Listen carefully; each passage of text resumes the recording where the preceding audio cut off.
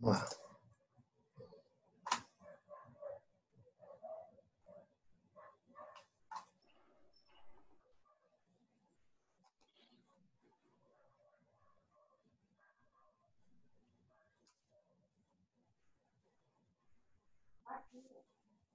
Boa noite.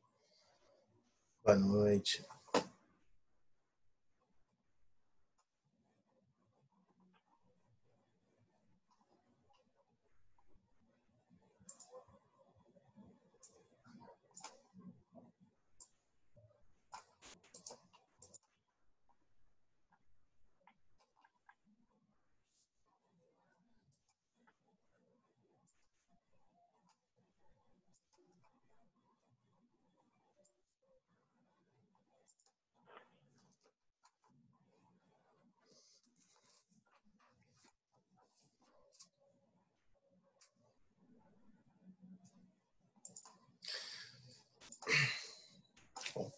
Boa noite aí para todos.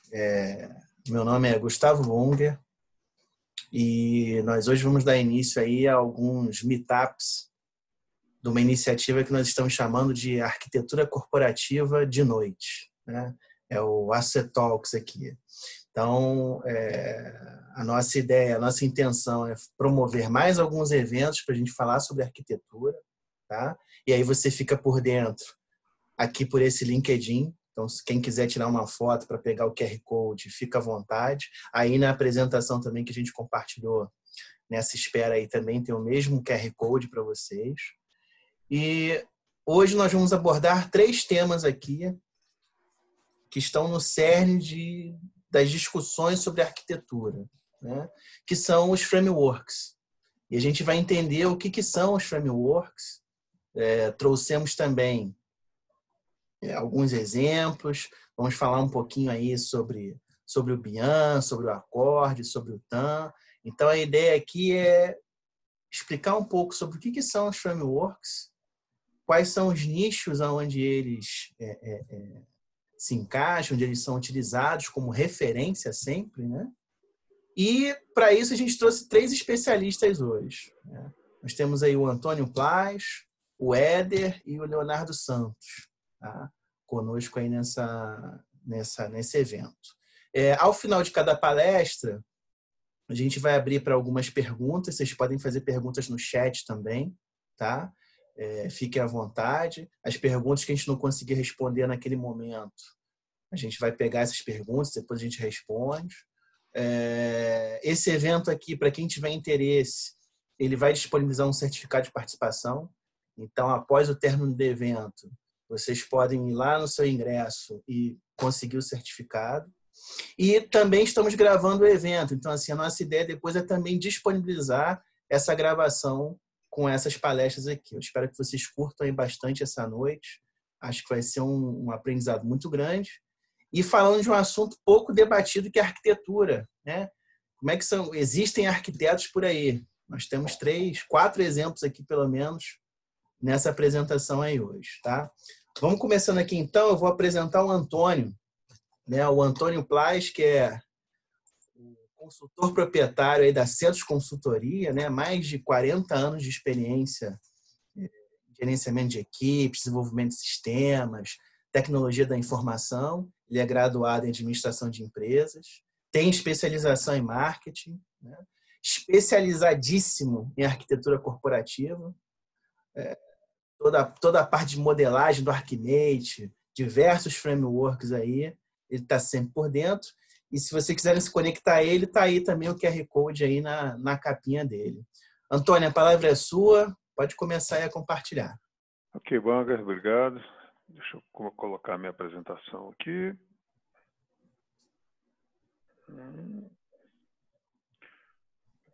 Deixa eu...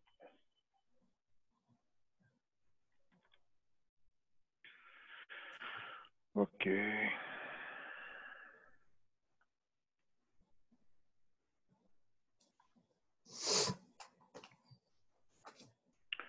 Ok. Está vendo minha tela aí? Vamos. Sim. Ok. Bom, boa noite a todos, né? Eu agradeço a participação e o interesse e espero que a gente consiga realmente proporcionar para vocês uma boa noite de conversa, discussão e compartilhamento de conhecimentos. Eu vou começar a noite falando um pouquinho sobre o que são modelos de referência, né? Como é que eles, afinal de contas, o que eles são, e vou falar um pouco sobre o Bian, e o Éder e o Leonardo vão falar depois sobre alguns outros frameworks, tá?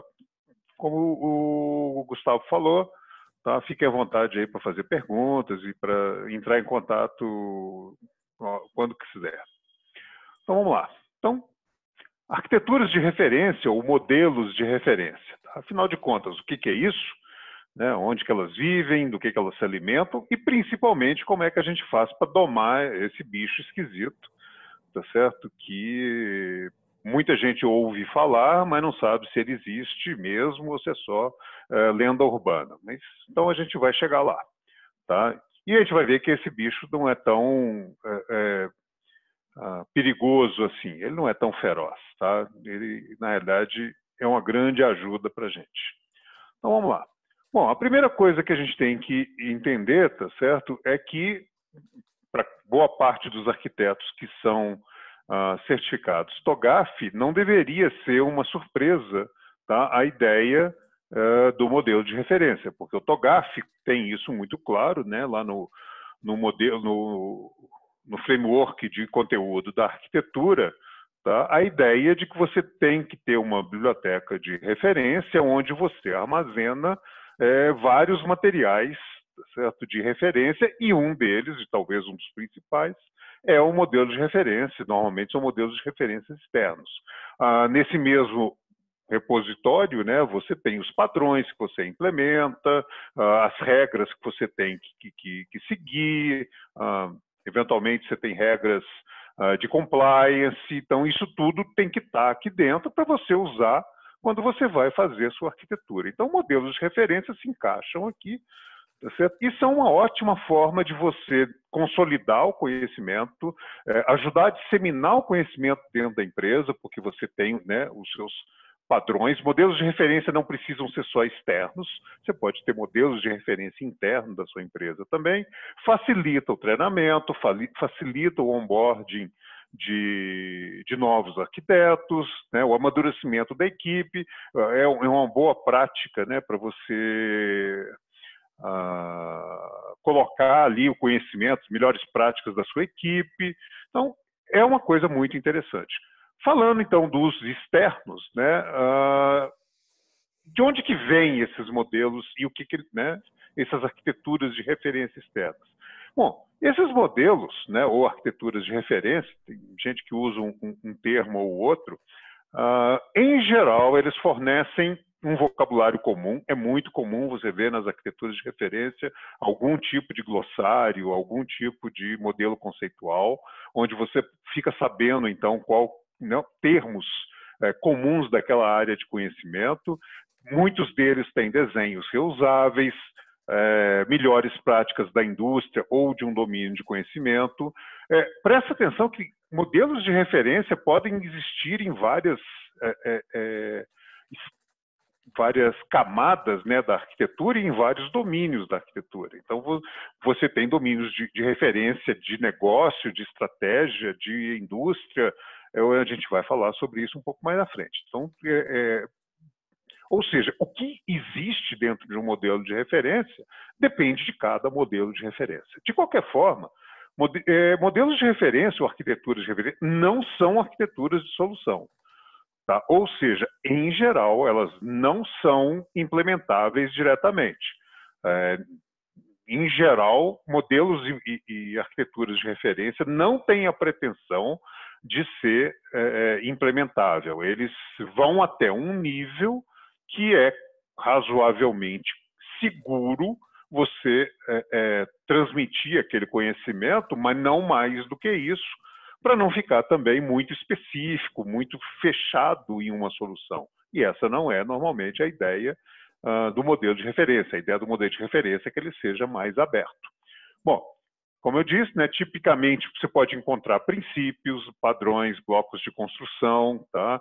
E isso tudo, de uma certa forma, sim, tá? Eles restringem e orientam, tá? E restringem o seu grau de liberdade para o seu desenvolvimento de soluções, tá? Isso é uma verdade e esse é um lado bom, tá certo? Porque quando você tem equipes com dezenas, centenas de pessoas, ter um modelo de referência ajuda todo mundo a caminhar no mesmo passo, todo mundo caminhar da mesma forma. Então, você tem certeza que uma equipe está desenvolvendo algo na mesma forma que outra equipe também está desenvolvendo. Então, essa ideia de que a restrição desse grau de liberdade pode ser uma coisa ruim, ela não é verdade quando você tem que administrar dezenas, centenas de times ágeis, por exemplo, ou várias equipes de arquitetura.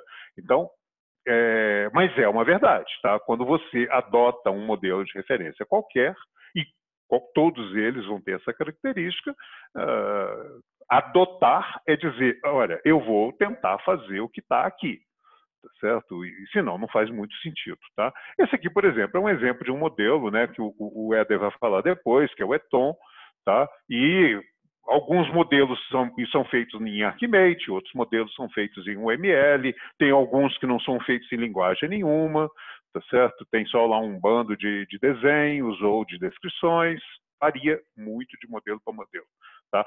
Muitos estão migrando para o Archimate, é uma boa notícia para quem está querendo trabalhar com Archimate, que muitos deles já tem uma versão, tá certo? Algum tipo de versão em Archimate. Bom, só para situar, né, aonde vivem, né, esses modelos de referência, como eu disse, você pode ter modelos de referência em qualquer posição aqui do contínuo da arquitetura.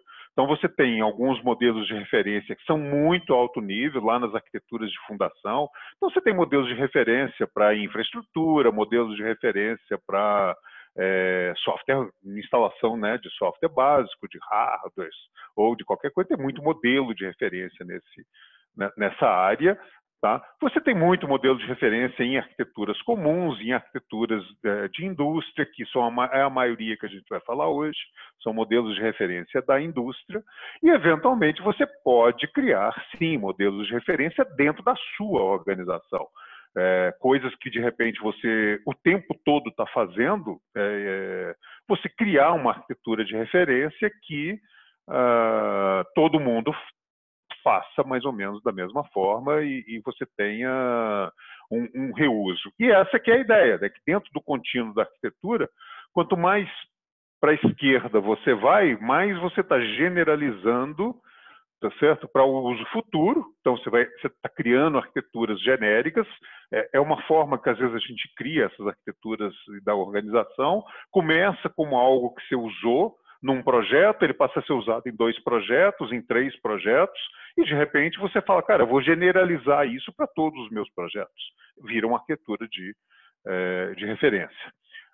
O contrário é o que a gente está falando, né? Você pega algo que é mais genérico e adapta para o seu uso e vira uma arquitetura específica. É como você implementou aquela arquitetura de referência. Bom, essa lista aqui, eu não vou ficar falando de cada um deles, alguns deles a gente vai falar dele durante esse evento, mas você vê que tem arquitetura de referência para tudo, tá? O BIAM para a indústria bancária, Energix para a indústria de petróleo, a Core Panorama 360 para seguros, Frameworks é bastante conhecido, inclusive aqui no Brasil tem muita gente que usa para telecomunicações, governos tem o FACIM, tem vários outros, o FEAF americano também é muito famoso. E você tem arquiteturas na área de saúde, tem uma arquitetura que está sendo desenvolvida que chama ERA, e tem, óbvio, arquiteturas de referência para a solução, né? A Amazon tem uma série de arquiteturas de referência, o Google tem arquiteturas de referência, a Microsoft tem arquiteturas de referência, a SAP tem arquiteturas de referência, para você poder saber como usa as soluções deles, e tem várias referências de interoperabilidade, né? O EIRA é uma arquitetura na União Europeia de interoperabilidade entre os países, o GIRA é a interoperabilidade de informações georreferenciadas, XBRL é uma arquitetura para transferência de informações financeiras, contábeis, esse tipo de coisa. É bem legal, tá? Empresas que têm filiais né, ao redor do mundo usam muito XBRL para automatizar a transmissão de informações financeiras para a matriz. Então você vê que tem modelo para todo jeito, e isso aqui não é uma lista exaustiva, tá? É uma lista até bem simplificada. Eu fui pegando alguns que eram os mais importantes. Bom, como é que a gente doma esse bicho, tá certo? Primeiro, tá? Entender que a arquitetura de referência fornece uma visão geral de um domínio particular. Tá? E, na realidade, ele é um ponto de partida para os seus esforços. Okay? Não encare a arquitetura de referência como se fosse um livro, né? Um Alcorão que você tem que seguir ao pé da letra, senão você está condenado ao 7 fogos do inferno. Tá? Não é isso. Tá? A arquitetura de referência não é padrão. Como o nome diz, é referência. Tá? Outra coisa que é importante entender é que a arquitetura de referência, tá, fornece muito conhecimento comprovado. Tá?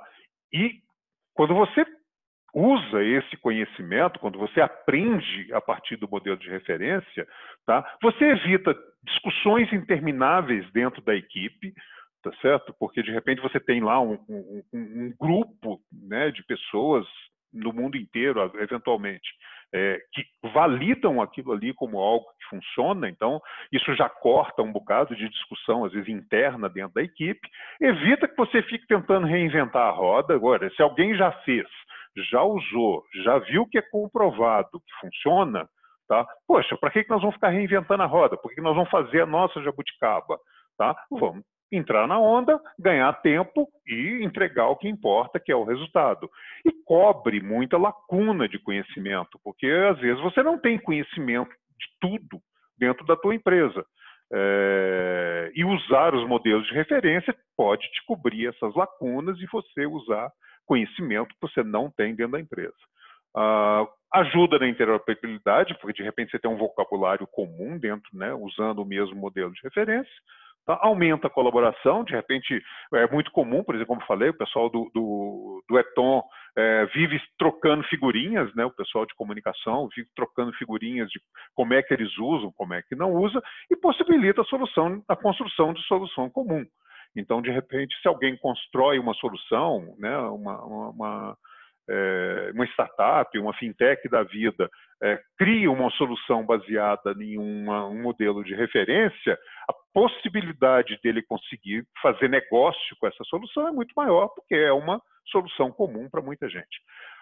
Ajuda em processos de aquisição e fusão e cisão, porque você usa isso para poder comparar duas empresas, a sua empresa com a que está sendo comprada, ou para poder usar os conceitos para poder fazer uma cisão.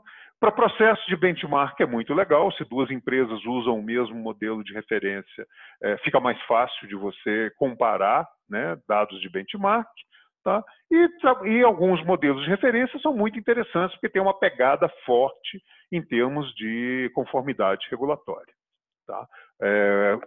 COBIT e ITIL são modelos de referência, tá, gente? Para colocar na perspectiva do que é modelo de referência. Tá? E muitas vezes SOX, tá, é um modelo de referência. O que importa aqui é o seguinte, não importa quão boa ou completa essa sua arquitetura seja, tá? Você sempre terá que adaptar para a sua empresa, tá? A não ser que elas sejam regulatórias, né, que elas sejam obrigatórias. O que é importante levar daqui? Tá? A arquitetura de referência não é receita de bolo, tá certo? Você não tem que fazer tudo exatamente como está lá. Adapta ela para a sua empresa, adapta ela para a maturidade da tua equipe, tá certo? E seja feliz. Falando de modelo de referência, né? Falando do modelo de referência do BIAN, o BIAN, tá, é uma associação fundada em 2008 com alguns grandes bancos mundiais, tá certo? Infelizmente, nós não temos nenhum do Brasil, nós já tivemos alguns do Brasil participando, hoje não tem nenhum, cuja missão, tá? É fornecer para o mundo uma arquitetura de interoperabilidade e ser um padrão de tecnologia bancária.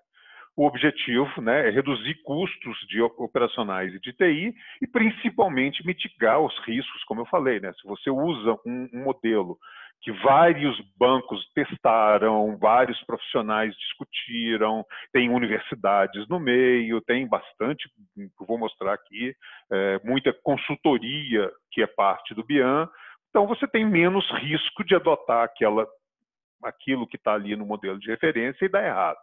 Tá? É um roteiro para inovação, porque se de repente você não consegue hoje atender, né, ou alcançar o que está no modelo de referência, é uma indicação de para onde você deveria ir. Tá? Você sabe que aonde você poderia chegar, tá certo? Então é uma boa fonte para criar um roteiro. Tá certo? Definir um framework que padronize e simplifica a arquitetura. Ou seja, na medida que você usa uma arquitetura comum, você economiza, né? Tempo, dinheiro, recursos, tá?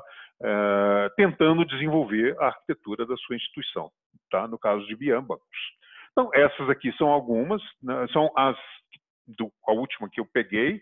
Tá? Tem alguns bancos grandes, né? Société Générale, Citi, que a gente conhece bem. Tá certo? Tem outros aqui que a gente não conhece, não tem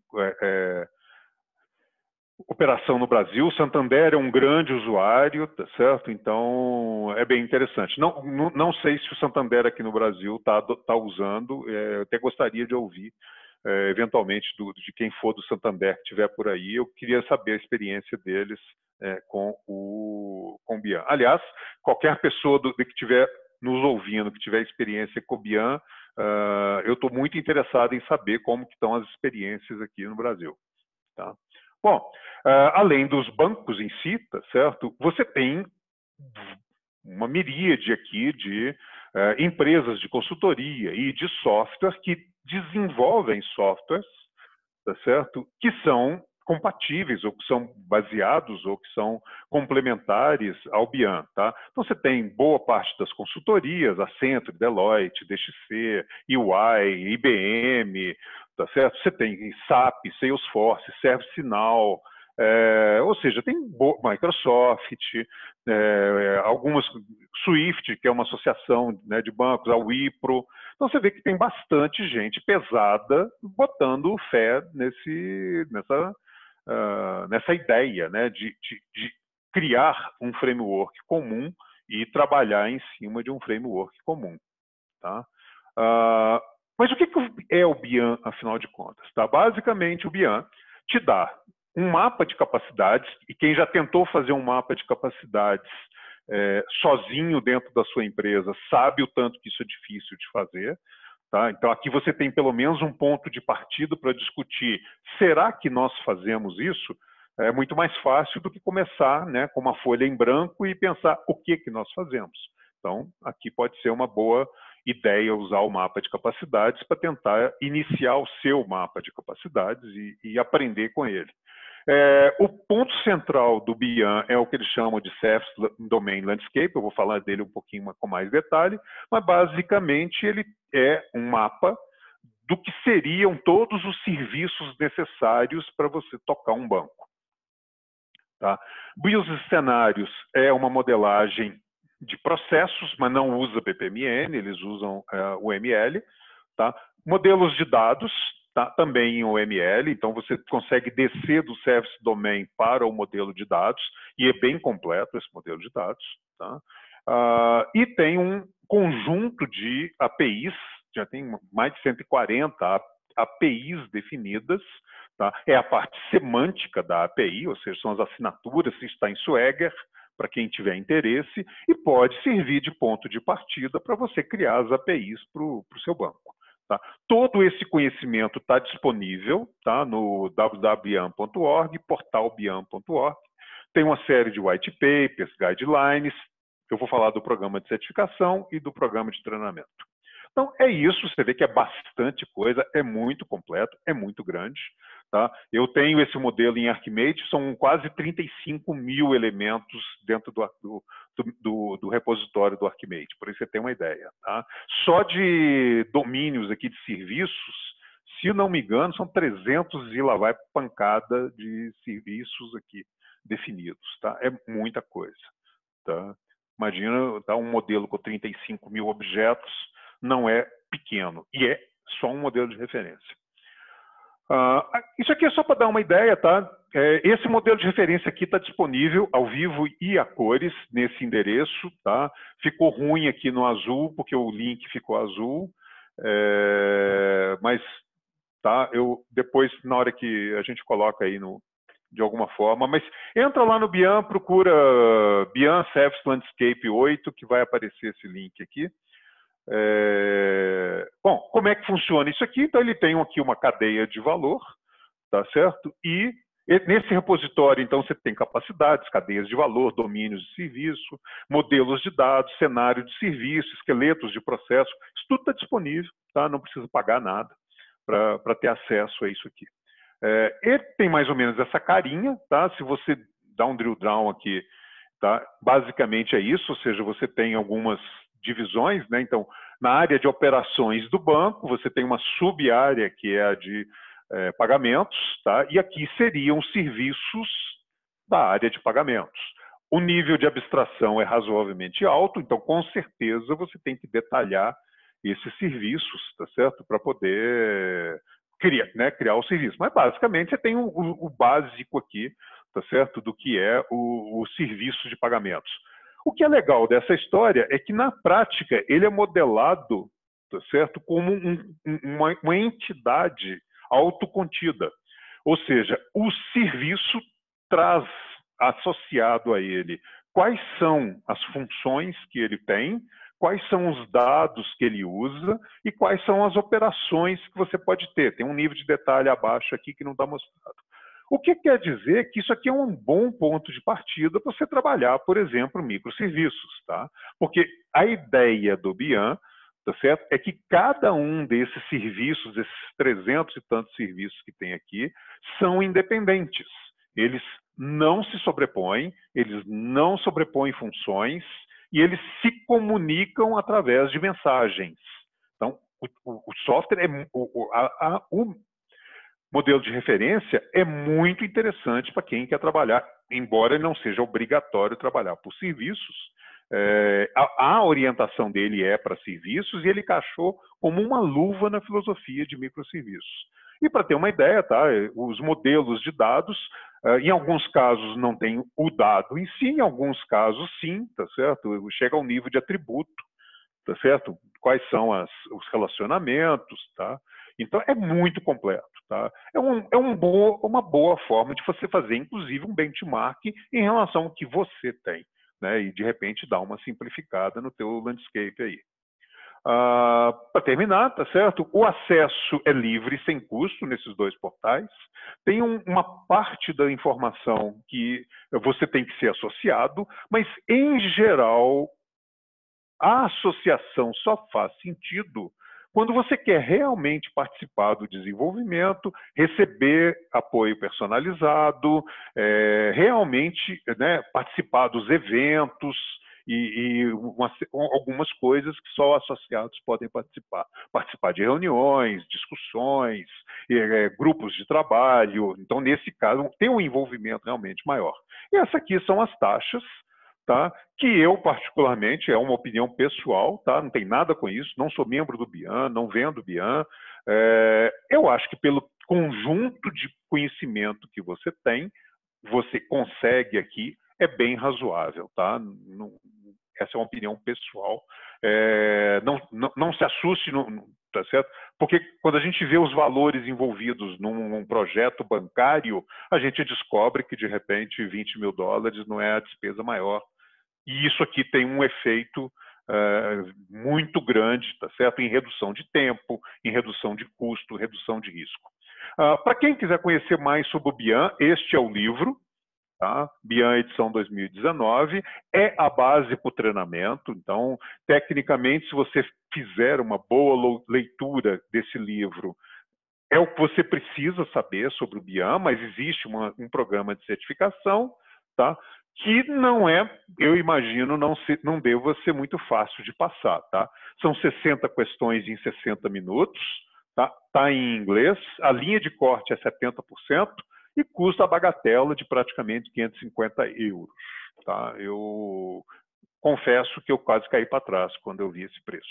Não é comum um certificado ter esse valor tão alto, tá? Mas está aí para quem se interessar eventualmente se certificar no BIA. Bom, é isso. Para quem quiser saber mais, eu tenho um bom conhecimento do BIAN, não sou especialista em BIAN e não sou especialista em bancos, mas tenho um bom contato com o pessoal do BIAN, a gente tem feito algumas palestras, tem uma área lá no site do BIAN com as palestras anteriores, semana que vem tem uma palestra, para quem quiser ver o conteúdo, clica aqui, me procura lá no LinkedIn, que está lá anunciado, tá? Semana que vem tem uma palestra mostrando uma POC que está sendo feita num banco, acho que no PNC, nos Estados Unidos. Tá? É isso. Bunger, estou terminando aqui e passando de volta para você. Show de bola, Antônio. E assim, bacana porque são assuntos que ainda não foram totalmente explorados aqui no Brasil, né? Especialmente para essa parte financeira, e a gente sabe que tanto a parte financeira quanto bancária é extremamente evoluída, mas a gente não tem essa adoção em massa de frameworks como esse que você acabou de mostrar, né? E bacana também a tua colocação sobre a questão dos frameworks como uma referência, não uma receita exata do que vai se fazer, né?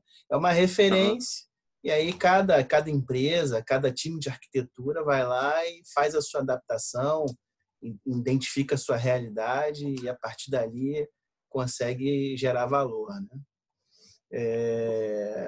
Bem legal. Pessoal, para quem chegou um pouquinho depois aí da apresentação inicial, meu nome é Gustavo Bunger, né? Vocês estão vendo aí na legenda.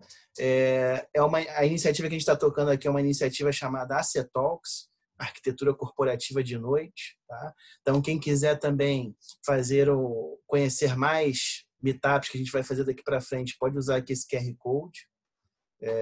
Se loga lá na página, a gente vai sempre divulgando. E a ideia aqui é falar sobre arquitetura, mas também sobre outros temas relevantes em TI. Esse primeiro aqui está sendo sobre frameworks. Estamos explorando aí alguns frameworks mais conhecidos. E aí, assim, fiquem também à vontade. Quem tiver perguntas, pode fazer pelo chat, pode levantar a mão.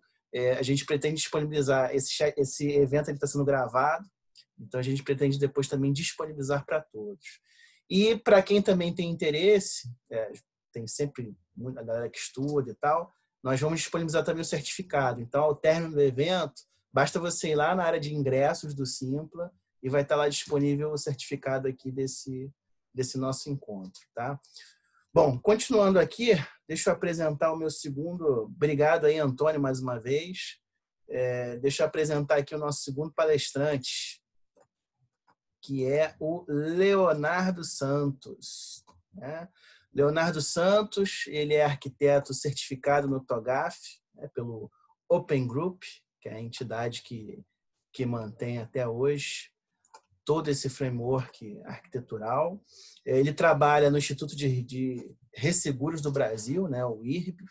Ele já é um profissional aí com mais de 18 anos de experiência nas áreas de informática e telecomunicações e desenvolve alguns projetos com destaque, né? O Léo agora tem uma iniciativa de um app, ele vai falar um pouquinho disso aí no final da apresentação dele, mas ele tem uma larga experiência e vai falar hoje sobre DevOps e arquitetura. Tá? Então, assim, até no evento que eu participei semana retrasada do nosso amigo André Guilhom, o Take Café, a gente falou um pouquinho sobre agilidade e arquitetura e os conflitos que existem, né, entre agilidade e arquitetura. E o Léo trouxe uma palestra exatamente para falar um pouquinho disso. Já falando aí sobre DevOps, já falando sobre o ágil escalado.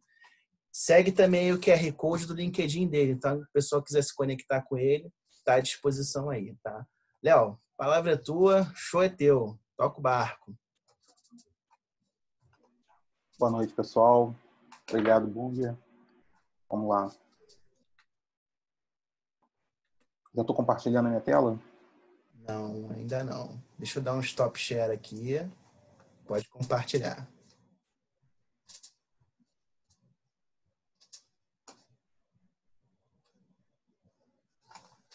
Agora sim.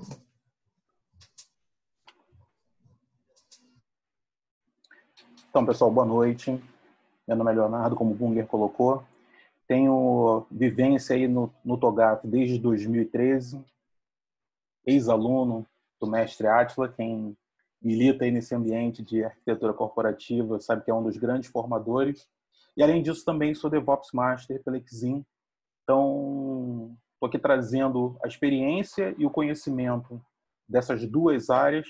É um tema que já vinha sendo ponto de discussão entre nós, arquitetos, e dentro do grupo também de DevOps, tem lá os pontos de dúvida.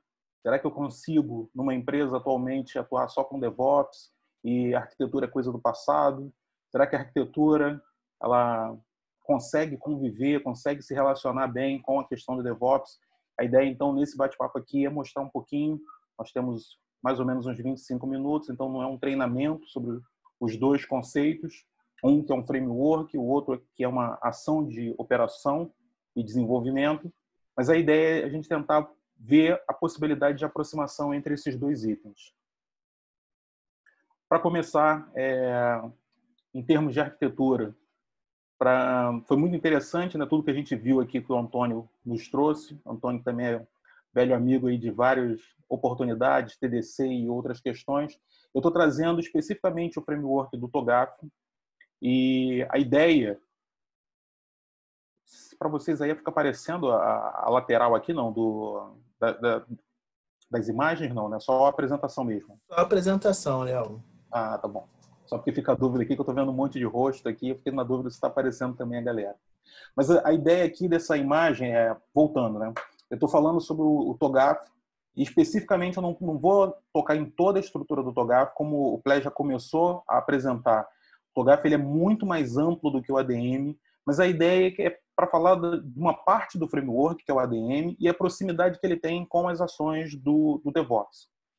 Aqui eu faço uma quebra para dar uma intenção de nos mostrar um pouco das arquiteturas que o TOGAF reconhece. Então, a gente tem uma solução onde, nesse meu desenho específico, eu coloco lá a arquitetura de negócio como núcleo, como core de uma implementação de arquitetura. Basicamente, a gente precisa ter esse alinhamento com o negócio, os processos de negócio, a organização, para a construção de uma arquitetura corporativa. Depois disso, nós temos as outras diversas camadas. Elas não estão na sequência que o TOGAF recomenda com a utilização do ADM, mas a ideia era só que a gente conseguisse perceber um pouco também da alteração que eu trouxe para cá, essa de arquitetura de dados vindo logo em seguida da arquitetura de negócio, que a gente tem percebido cada vez mais negócios que já possuem, principalmente as empresas que já têm uma estrutura de arquitetura, ou arquitetura corporativa, arquitetura de soluções, arquitetura de infraestrutura, de desenvolvimento, de aplicações, a gente consegue perceber que dados está se tornando cada vez mais um ponto de referência e muitas das construções vêm sendo implementadas a partir dele. Então, no momento em que eu tenho a percepção clara do que é o negócio, eu começo a utilizar os meus dados e aí, a partir do entendimento com o negócio, dos meus dados, eu sigo para uma arquitetura para a aplicação. E antes disso, é óbvio, eu preciso da implementação da minha arquitetura de tecnologia, que é o hardware, o software, a rede, tudo aquilo que vai fazer parte do foundation da implementação dessa nossa arquitetura. Então, para o TOGAF, essa seria uma subdivisão. Não necessariamente, isso é ponto de várias palestras, discussões que a gente acaba tendo, se um único arquiteto acaba sendo responsável por todas essas disciplinas ou não. E o que normalmente a gente observa é que não, a gente vai quebrando essas estruturas, porque são muitas responsabilidades, muitas tarefas para cada uma dessas áreas, e ela acaba exigindo um pouco mais de skill de execução, mas isso também não é garantia de que obrigatoriamente o indivíduo que vai para qualquer uma dessas já tenha que ter vindo com um histórico profissional de vários anos, especificamente naquele cenário. Eu, por exemplo, tenho na minha experiência há muito tempo com infraestrutura, mas já atuei como arquiteto de soluções, já atuei como arquiteto de infraestrutura, já atuei como arquiteto até mesmo de sistemas, e cada vez mais, conforme você vai avançando no processo da carreira, hoje cada vez mais buscando implementar e aproximar todos os níveis de arquitetura ao negócio.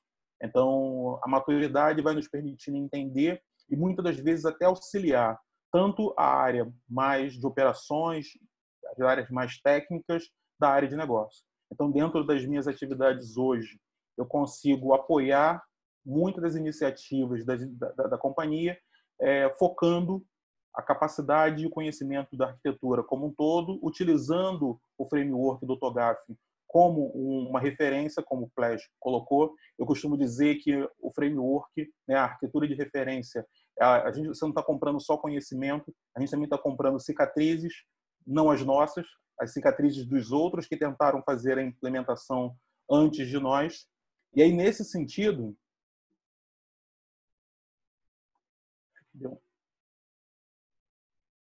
peraí que eu acho que eu me enrolei aqui. Opa, vamos lá. Como nós estamos falando do TOGAF, o TOGAF é um dos frameworks mais utilizados. Eu trouxe duas referências só para vocês perceberem, né, que como nós estamos falando de agilidade, muita gente pode dizer: ah, mas a arquitetura está morrendo, as pessoas não estão mais olhando para a arquitetura, não estão mais se certificando em arquitetura.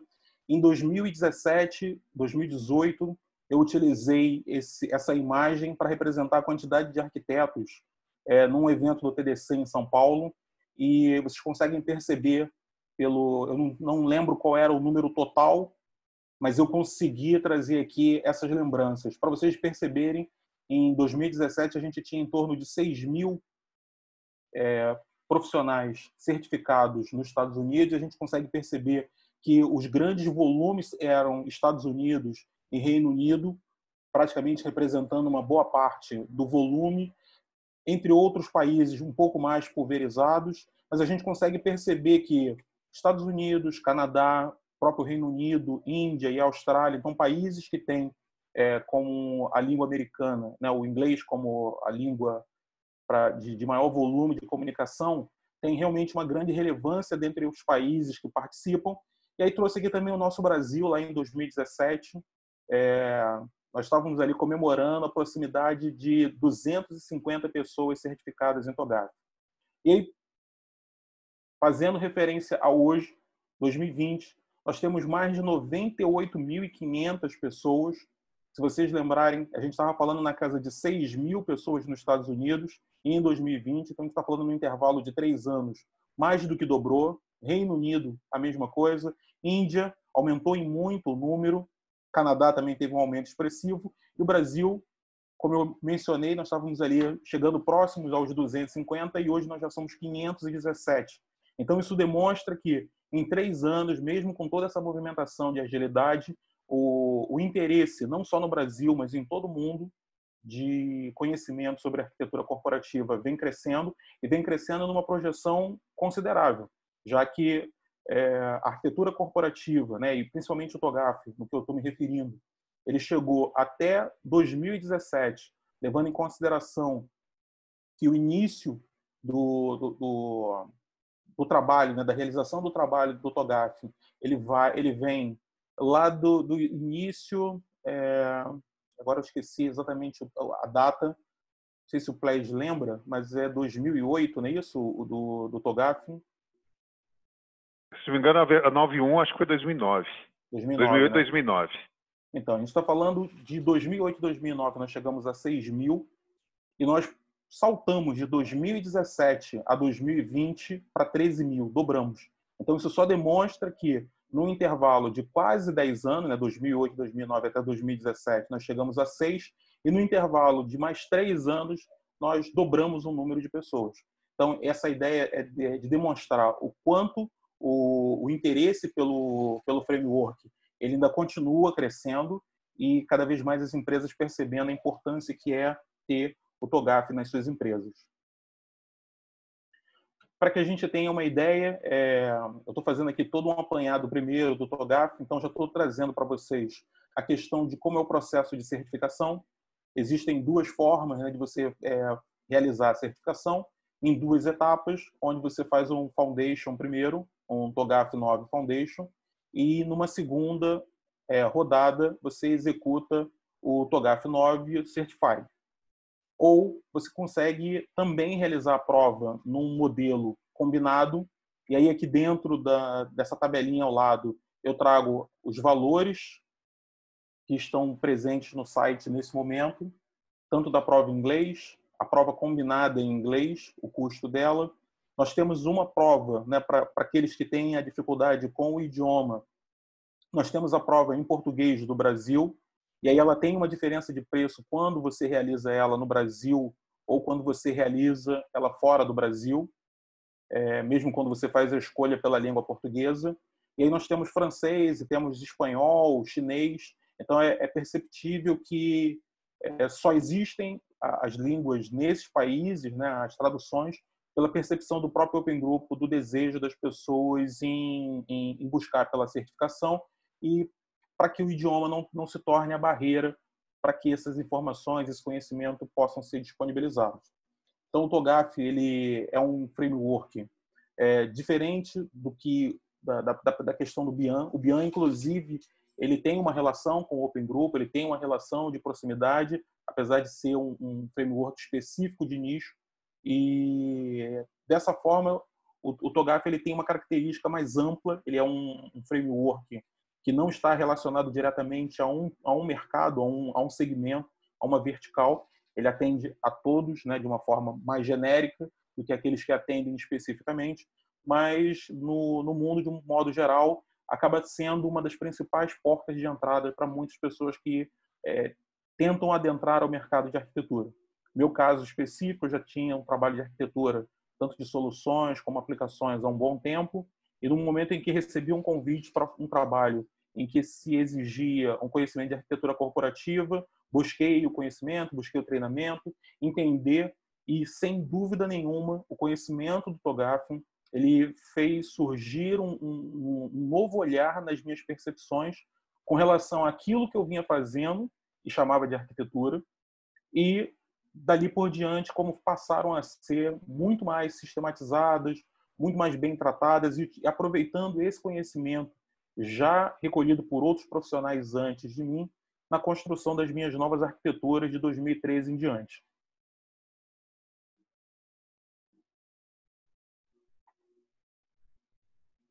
O DevOps. O DevOps, Bunger comentou, né, sobre a questão de fazer uma propaganda, um merchan. Não estou fazendo um merchan meu, estou fazendo um merchan da primeira empresa no Brasil, que é a HNZ. Ela foi a primeira a trazer a possibilidade da certificação DevOps Master.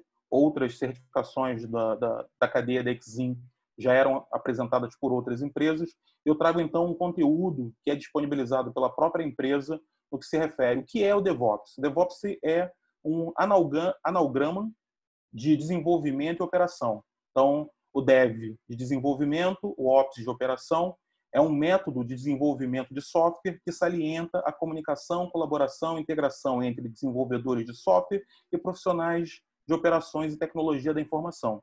Isso já nos ajuda um pouco a entender, porque muitas pessoas fazem uma enorme confusão com a questão de DevOps e arquitetura, se DevOps substitui a arquitetura, e a gente consegue perceber que o conceito do DevOps ele é bem relacionado especificamente ao processo de desenvolvimento e a busca por um processo de desenvolvimento em que, em todo o histórico, né, de todo momento em que a gente viu da história, sempre houve, para quem tem a vida dentro da área de TI, sabe das dificuldades que foram durante todos esses tempos, a questão da relação entre a equipe de desenvolvimento, equipes de operações, entregas de produto, na minha máquina roda, e aí todos esses históricos e todas essas dificuldades desenvolvidas até o presente momento. Em 2009, no evento que foi o DevOps Day, na Bélgica, deu início a esse pensamento, porém ele não foi uma construção fechada, e sim, como é dito por várias pessoas, né, é uma tempestade, foi chamado de uma tempestade perfeita. Tempestade perfeita porque foram várias iniciativas e várias dificuldades que culminaram nesse evento, pessoas brilhantes envolvidas com várias tentativas de solucionar essa relação entre o processo de desenvolvimento e a dificuldade do processo de desenvolvimento e a questão da operação, o custo disso, principalmente para as empresas, quando nós damos go live e dávamos go lives em alguns projetos que apresentavam uma série de dificuldades, muitas das vezes tinha que se fazer o rollback, madrugadas e mais madrugadas, pizzas em cima da mesa, o pessoal de TI engordando naturalmente, porque os projetos acabavam não seguindo da forma que precisava, e a gente ia construindo ali uma série de alternativas e soluções paliativas para conseguir colocar o projeto no ar. E muitas das vezes, né, como a gente sabe, sem ter essa estrutura de arquitetura muito bem desenvolvida.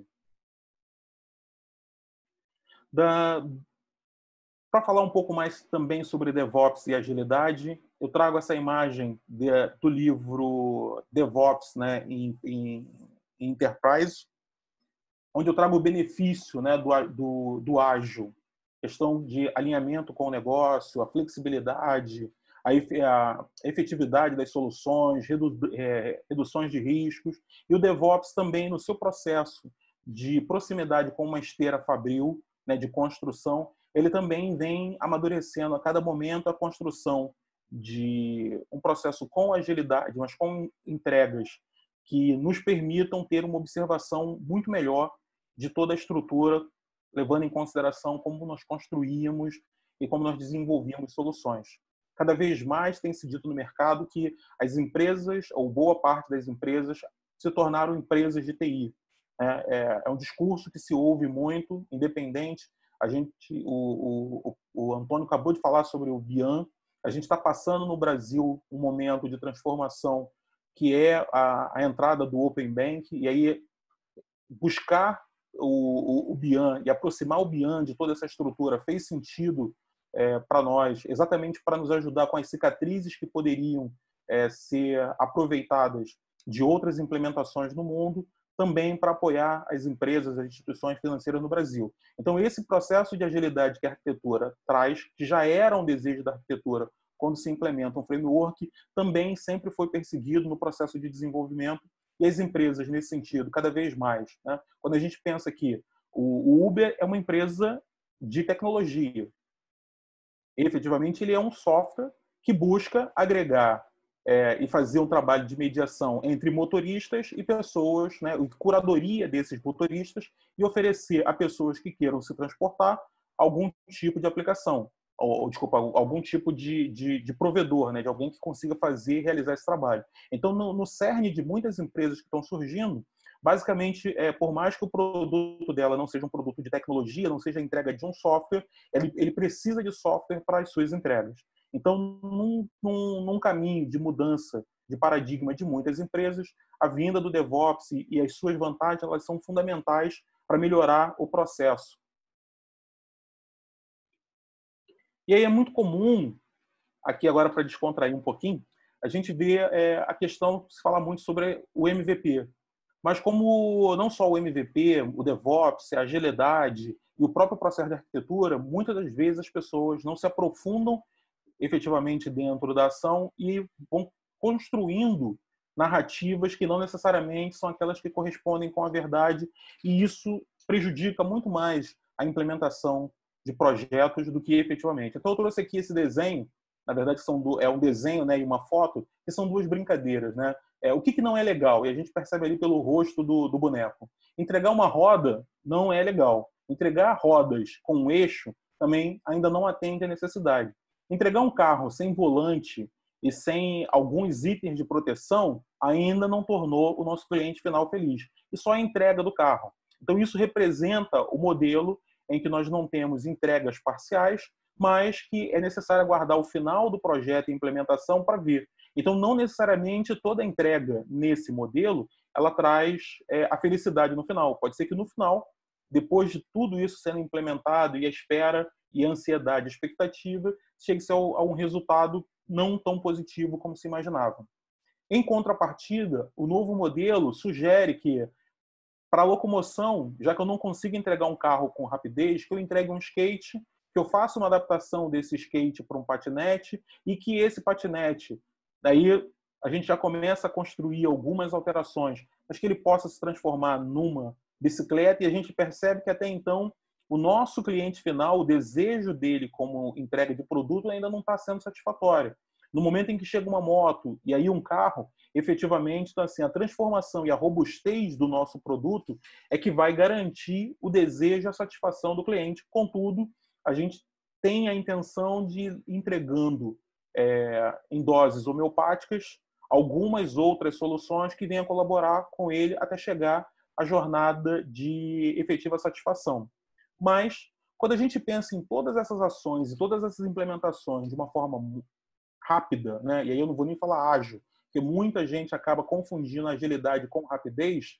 Eu peguei o exemplo desse rapaz que decidiu fazer o transporte de um fogão utilizando os patinetes, que hoje no Rio de Janeiro já não é mais permitido, mas ele passou, então construiu uma empresa de logística de eletrodoméstico utilizando o patinete, provavelmente muito mais barato do que ele usar carro, as dificuldades para quem conhece a zona sul do Rio com o processo de estacionamento e efetivamente o que isso gerou para ele? A possibilidade de levar de um ponto ao outro o fogão que ele desejava. Porém, quando nós pensamos em agilidade, a gente também tem que pensar em escala.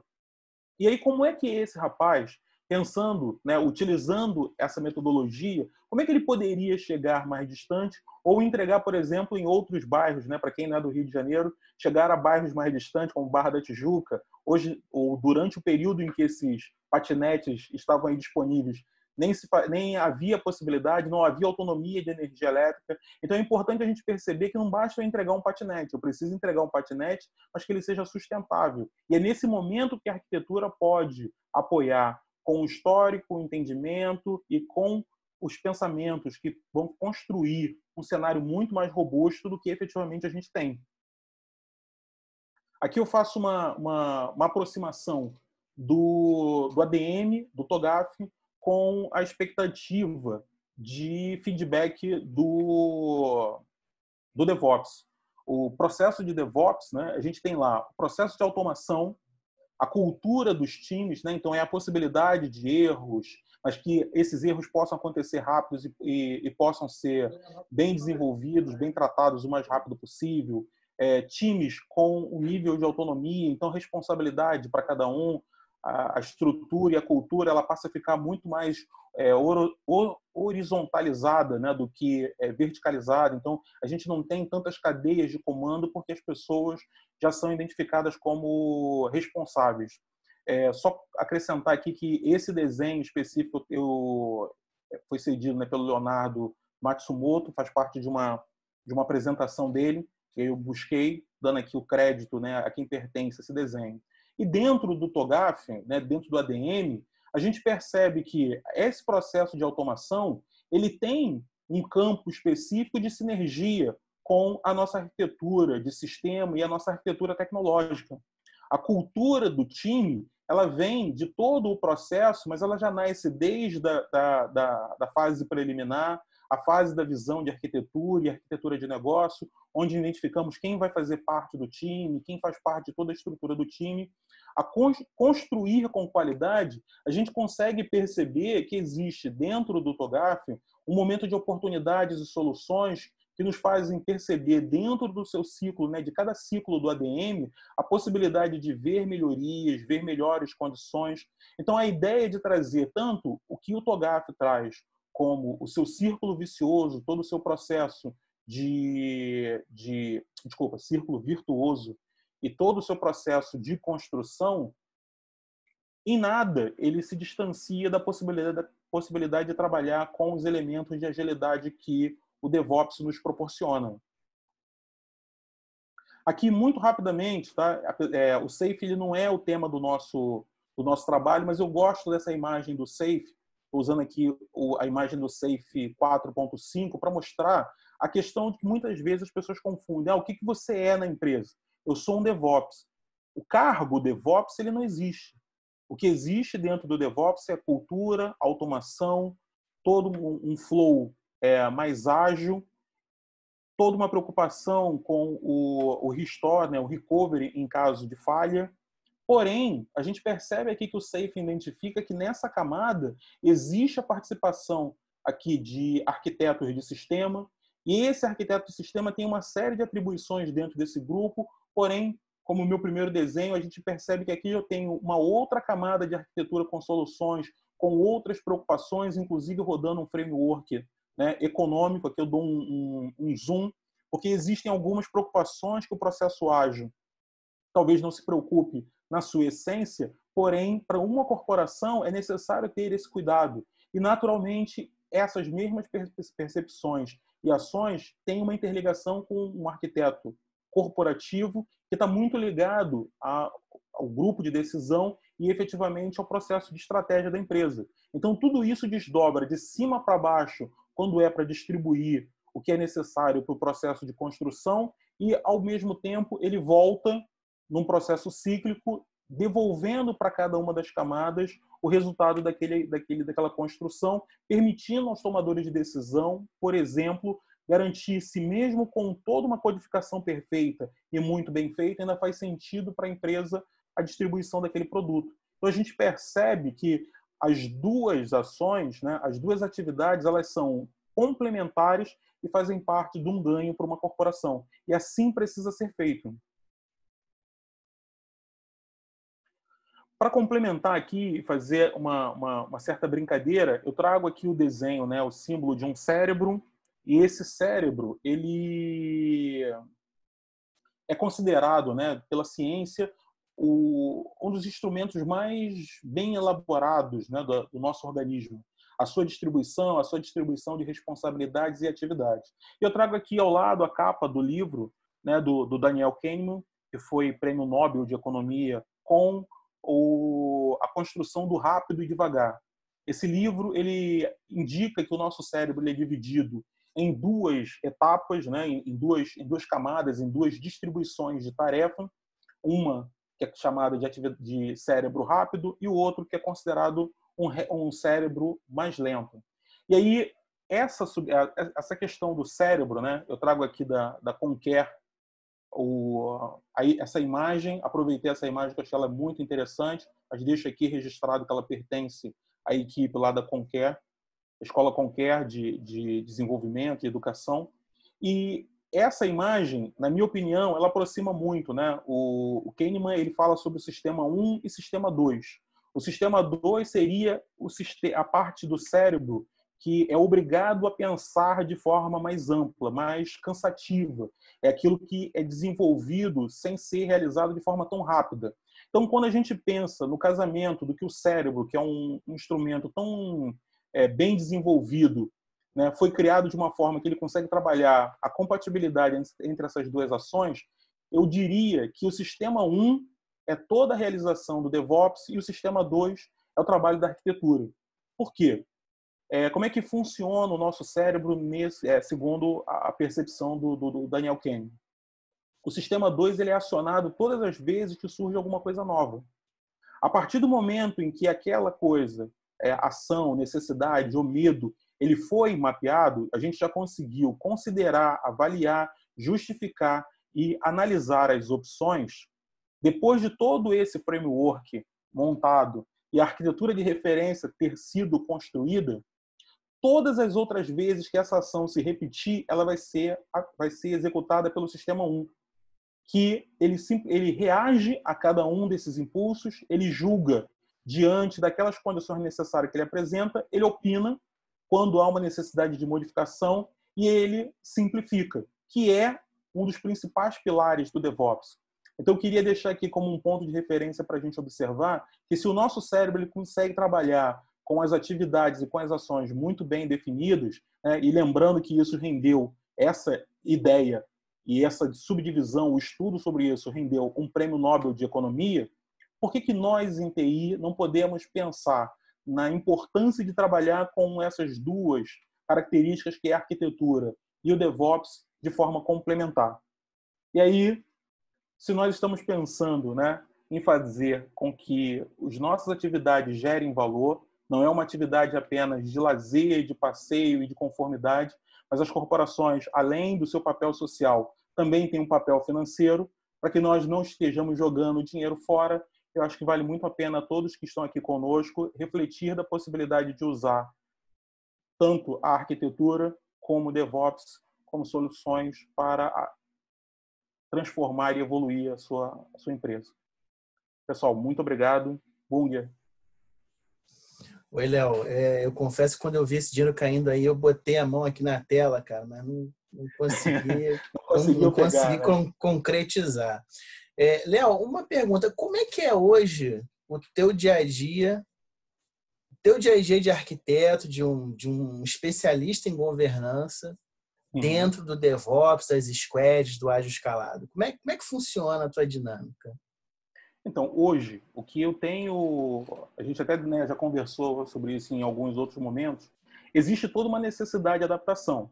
Como eu comentei, eu comecei lá com arquitetura, seguindo as linhas do TOGAF, toda a construção, preparação de documentações e construções de desenho de arquitetura, levando muito em consideração uma projeção para alguns anos. Quando a gente começa a trabalhar e entender esse processo do uso da agilidade, um ponto que tem que estar muito claro e exaustivamente é a responsabilidade de cada um que está ali na ação da arquitetura, é se aproximar do board de decisão, né, daquelas pessoas que estão mais próximas do processo da estratégia, perceber muito claramente quais são os objetivos, que normalmente são macros, né, dessa estrutura, e poder pulverizar e apoiar o pessoal da construção DevOps com as orientações necessárias. É óbvio que você não vai conseguir fazer o controle dessas ações, porque senão você vai prender essas equipes. Então, assim, de uma forma bem prática, hoje o que eu tenho feito são muitos desenhos. O desenho ele também está sendo faseado, ele está sendo trabalhado com sprint. A gente está utilizando muito a base do que a gente já tem dos desenhos, da nossa estrutura, para apoiar o processo de integração e de uma série de atividades dentro desse sentido, mas, contudo, alguns dos ritos que a arquitetura, que eu vinha aplicando em outras arquiteturas, em outros ambientes, agora a gente está tentando ser um pouco mais maleável, porém trazendo as equipes de agilidade e distribuindo com eles a responsabilidade.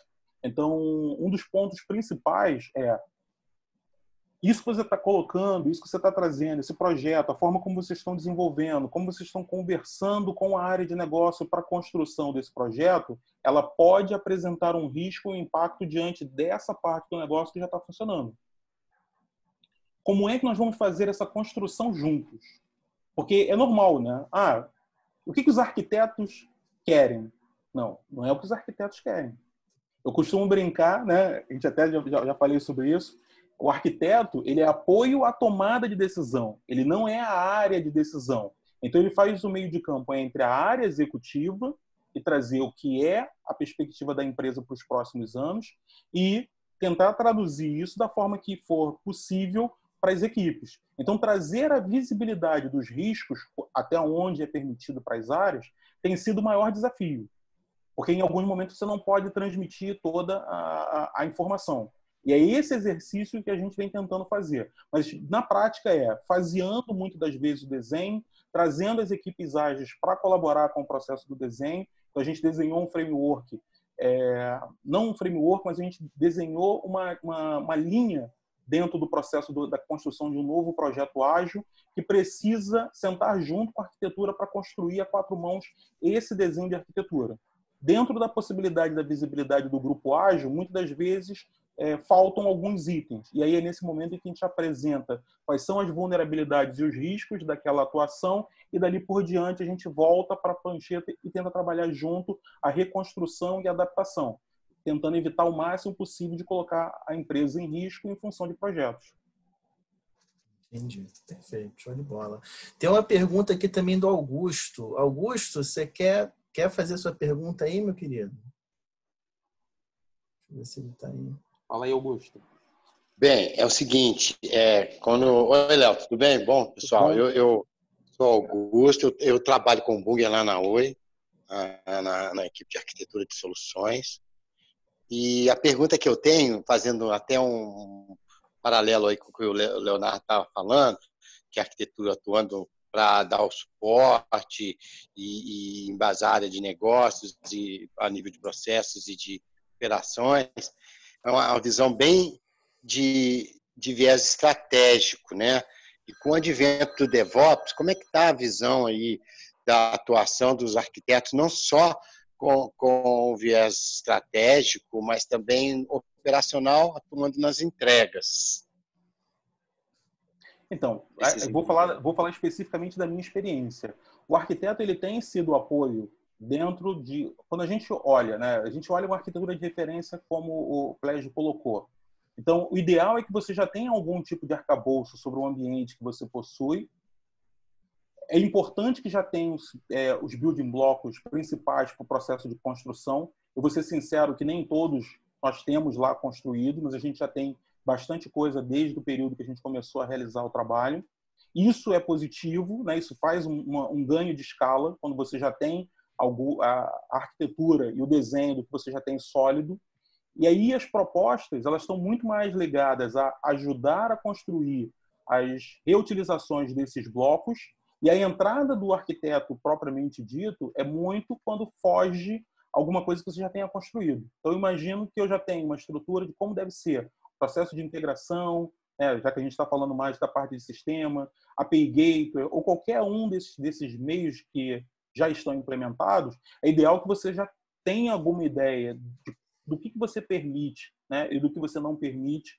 O Bunger até não entrou nesse detalhe, mas ontem a gente até conversou um pouco com isso, porque em alguns momentos uma arquitetura de referência ela sim limita algumas possibilidades, porque você identifica quais são os riscos que isso possa representar.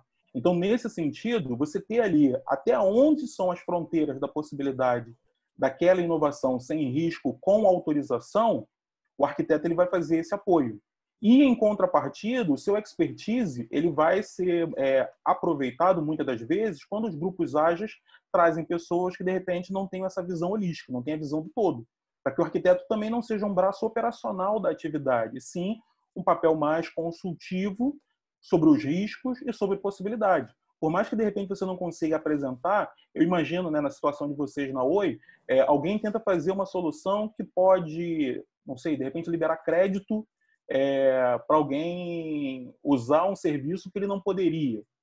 E aí ele é teu papel de dizer, olha, até aqui você pode implementar todo um UX, toda uma atividade, você pode criar vários sprints da construção do seu projeto. Entretanto, se você não seguir essa recomendação, nós podemos colocar o negócio em risco. Eu vou ter pessoas não autorizadas acessando determinado tipo de serviço.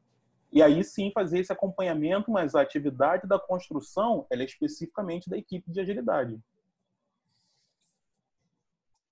Entendi. Mas do ponto de vista até naquele chart que você estava mostrando, eu acho que era da Safe, que tinha uma parte da atuação lá na cadeia de DevOps, que era aquele runaway, architecture, runaway, né? Ali aquela atuação ali de fazer tipo uma atuação é só para o momento do recovery, ou é também para fazer um acompanhamento, o que a gente definiu tá ok, e aí sim, dentro da entrega a gente garante, ou pelo menos checa e cria, no caso de um desvio, uma possibilidade de abrir um débito técnico, né, que a gente chama lá na Oi, né? E aí fazer até endereçar a correção, sei lá, um tipo de check-up final, né, double check. Não, sem dúvida nenhuma. Essa checagem, se você olhar, quando eu mostro ali um pouco da cultura do DevOps, a gente fala sobre o quê? Sobre a responsabilização das pessoas, né? Hoje mesmo eu estava lendo um livro que uma dessas empresas, e a própria AIG, o exemplo específico da AIG, ela está lá no livro do presidente da ACE, né, empresa de aceleração de startup.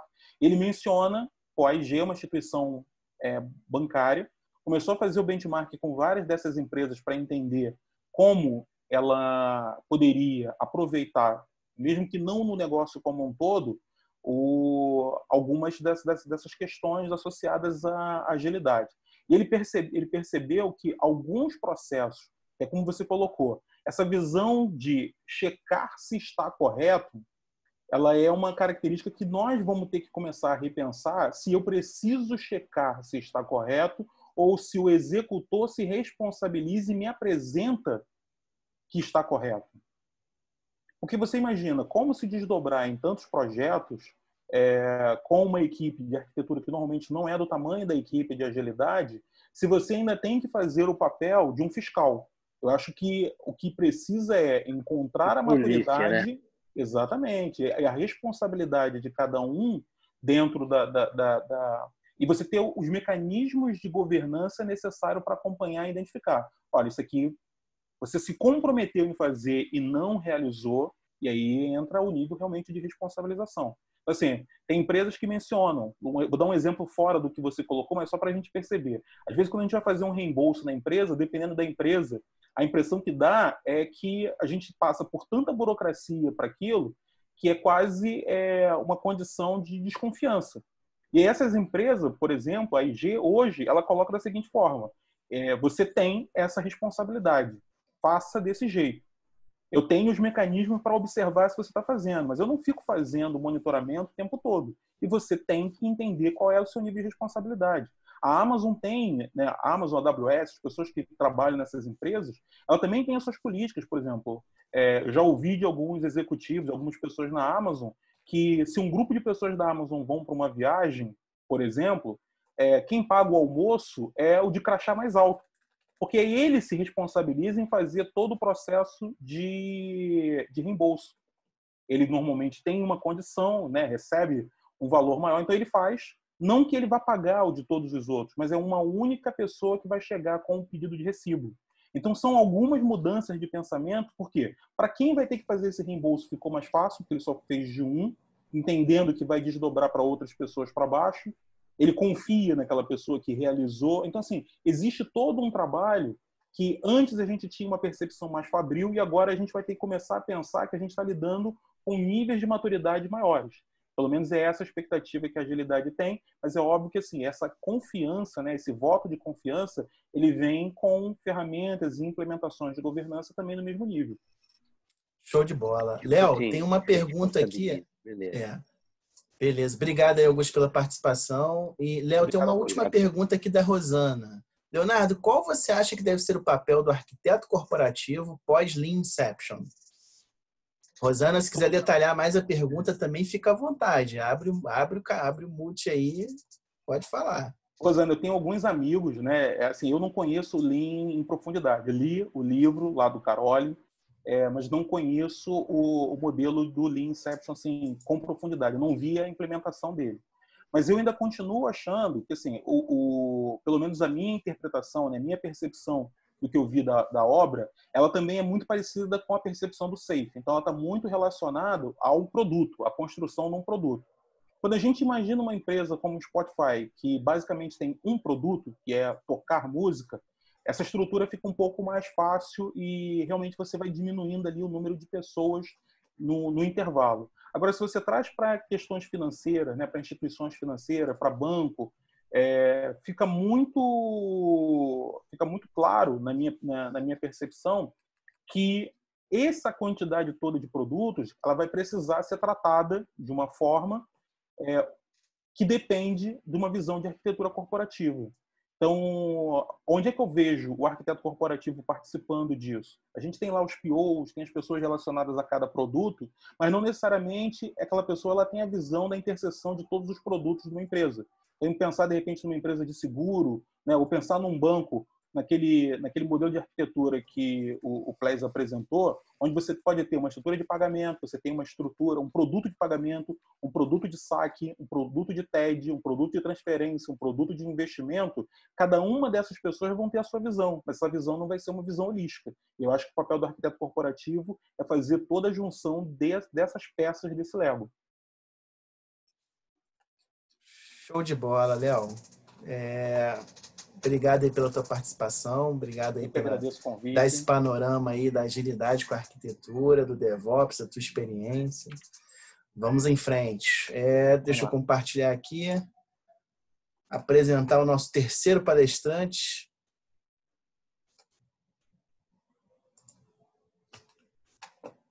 Que é o Éder Tuller. É arquiteto de solução, ele trabalha na Icatu, trabalha no mercado de seguros, né? Já trabalhou no mercado de telecom, já fui companheiro desse querido especialista aí, tem mais de 20 anos de experiência em TIC, né? Formado em sistemas da informação, tem um MBA também em serviços de telecom E, como ele se diz, apreciador estudante de uma boa arquitetura corporativa. Então, onde tem debate sobre esse tema aí, sempre tem um Éder envolvido aí conosco aí. É um prazer tê-lo conosco. Se o pessoal quiser se conectar a ele no LinkedIn, tá aí o QR Code. Fiquem à vontade. Éder, a palavra é tua agora, toca o barco. Você Maravilha. vai falar sobre TAM e Accord, não é isso? Isso aí. Mais 2 frameworks aí. Compartilhando aqui, vamos ver. Já estou vendo já. Tá vendo o modo apresentação? Agora, né? Agora sim. Oh, maravilha.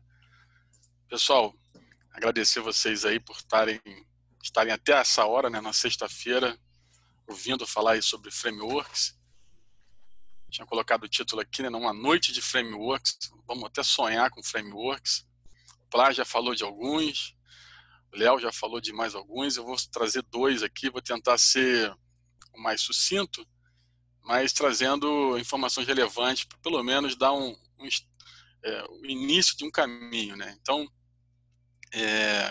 eu tenho aí mais de 20 anos, não vou falar quantos, porque aí vai entregar a minha idade, mas alguns anos já em TI, vendo bastante integrações e soluções, já passei pela indústria hospitalar, já passei pela aviação, tive aí um bom tempo junto do Bunger e de outros amigos aí em Telecom, na Oi, e agora estou em seguros na Icatu. Bom, normalmente quando se fala em framework, muita gente, ou pelo menos aqueles que não têm uma familiaridade com framework, acha que o framework ele vai fazer vai travar alguma coisa do que ele pode fazer, né? E na verdade o framework ele não é uma trava, na verdade são boas práticas que foram experimentadas, foram concebidas, testadas, que melhora os resultados, né? Então, por exemplo, muito familiarizado, muito comum agora, né, o Scrum, Kanban, são frameworks de projetos, né, de desenvolvimento. Então, a gente tem uma série de frameworks no mercado que a gente usa, o TOGAF, né, o SAFe, frameworks de desenvolvimento. Então, eu queria abrir essa oportunidade para que vocês participassem aí no Slido. Está aí o QR Code, o Bunger vai colocar no chat também. E vocês respondessem, né, qual o framework que vocês já utilizaram ou vocês utilizam, né? Acredito que quem é de desenvolvimento vai ter uma série de frameworks, que usa uma série de frameworks. Também os arquitetos também usam uma série. Quem não é de arquitetura nem desenvolvimento, é de projeto, também tem uma série de frameworks que utiliza. Então, eu queria, no final da apresentação, a gente vai dar uma olhada, ver qual aquele framework que talvez está sendo mais usado dentro desse conjunto de pessoas que estão aí na sexta-feira ouvindo sobre arquitetura. Então, nós vamos avançar e no final a gente vê o resultado. Eu vou deixar o QR Code, está aí no cabeçalho da apresentação, então... Coloquei no chat também, Éder. Pô, maravilha, Bunger, show. Então vamos lá, o que é o Accord, gente? Esse acrônimo, né, Accord, né, veio de todo esse nome aí, né, Association for Cooperative Operation Research and Development. É uma associação, né, global, como normalmente aqueles que fazem a gestão de frameworks, né, como o TOGAF, como boa parte, como o BIAN, é uma associação de empresas, de membros de várias áreas que, né, tanto fornecedores de solução, quanto empresas, quanto pesquisadores, que se unem para desenvolver uma definição, né, um modelo de trabalho. Então, o Accord ele é feito, desenvolvido, ele é mantido por essa associação, né, e que visa o mercado de seguros e serviços financeiros. Talvez alguém vai dizer assim, pô, mas eu nunca ouvi falar. De fato, talvez se não estiver no mercado de seguro, como eu não estava uns anos atrás, e realmente não conhecia. Mas depois de estar no mercado de seguro, a gente pesquisa e vai saber. Ele tem mais de 50 anos de atuação. Está sediado em Nova York, tem em Londres, mas ele tem mais de 50 anos. O mercado, né, o mercado de telecom, de seguros, é um mercado muito antigo. Cara, se eu não estiver falando aqui algo que minha mente perdeu, mas data do século XVIII, já tinha seguro, né? Essa questão de ser da mutualidade, né, de juntar para cuidar daquele que perdeu algum bem, ele é muito antigo, talvez, né, muito antes de que muitos mercados muitas indústrias novas, mas o seguro ele é antigo. Então, o Accord ele tem mais de 50 anos de atuação. Olhando aqui embaixo, você vê os membros dele, né, em todo o mundo, né, quem compõe o Accord, né, quem está junto do Accord. Você tem várias seguradoras, né, que a gente conhece aqui no Brasil, tem muitas outras. A maior parte desses aqui são membros, a sede, né, americana ou canadense. Então você tem a MAF, tem a Sompo, a Zurich, tem o Allianz, então uma série de seguradoras, e também você tem os parceiros. Então, na verdade, o Accenture, IBM, né, os quatro maiores, né, o Pega, que também tem muito desenvolvimento em seguro. Então, eles também eles fazem parte dessa associação.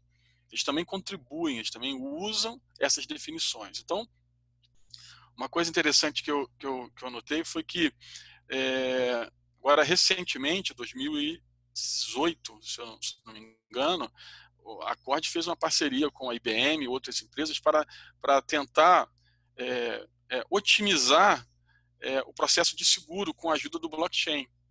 Ou seja, essa parceria está tentando eliminar esse certificado de seguro em papel que a gente usa hoje, que gera burocracia, gera fraude, gera uma série de problemas, e investir na tecnologia no blockchain. Então, é um grupo que está investindo para ser cada vez mais desenvolvido a questão do mercado de seguro, né? Bom, vou falar muito breve, na verdade uma síntese do modelo para apresentar, né, a vocês esse framework.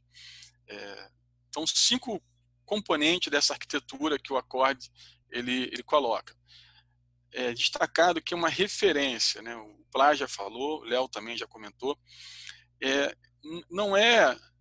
Isso não é regra que a gente tem que colocar todos os pontos da mesma forma, né?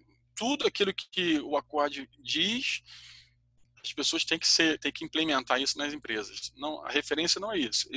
Ele olha um todo, talvez uma empresa, né, por exemplo, uma seguradora que não trata de seguro de auto. Obviamente, a parte que o Accord fala de seguro de auto, ela não olha, ela não precisa implementar aquilo, ela não tem essa linha de negócio. Mas é uma referência. E até mesmo, né, uma ideia assim, que até os modelos de referência, eles seguem também uma referência. Vocês vão pegar todos os frameworks, o BIAN,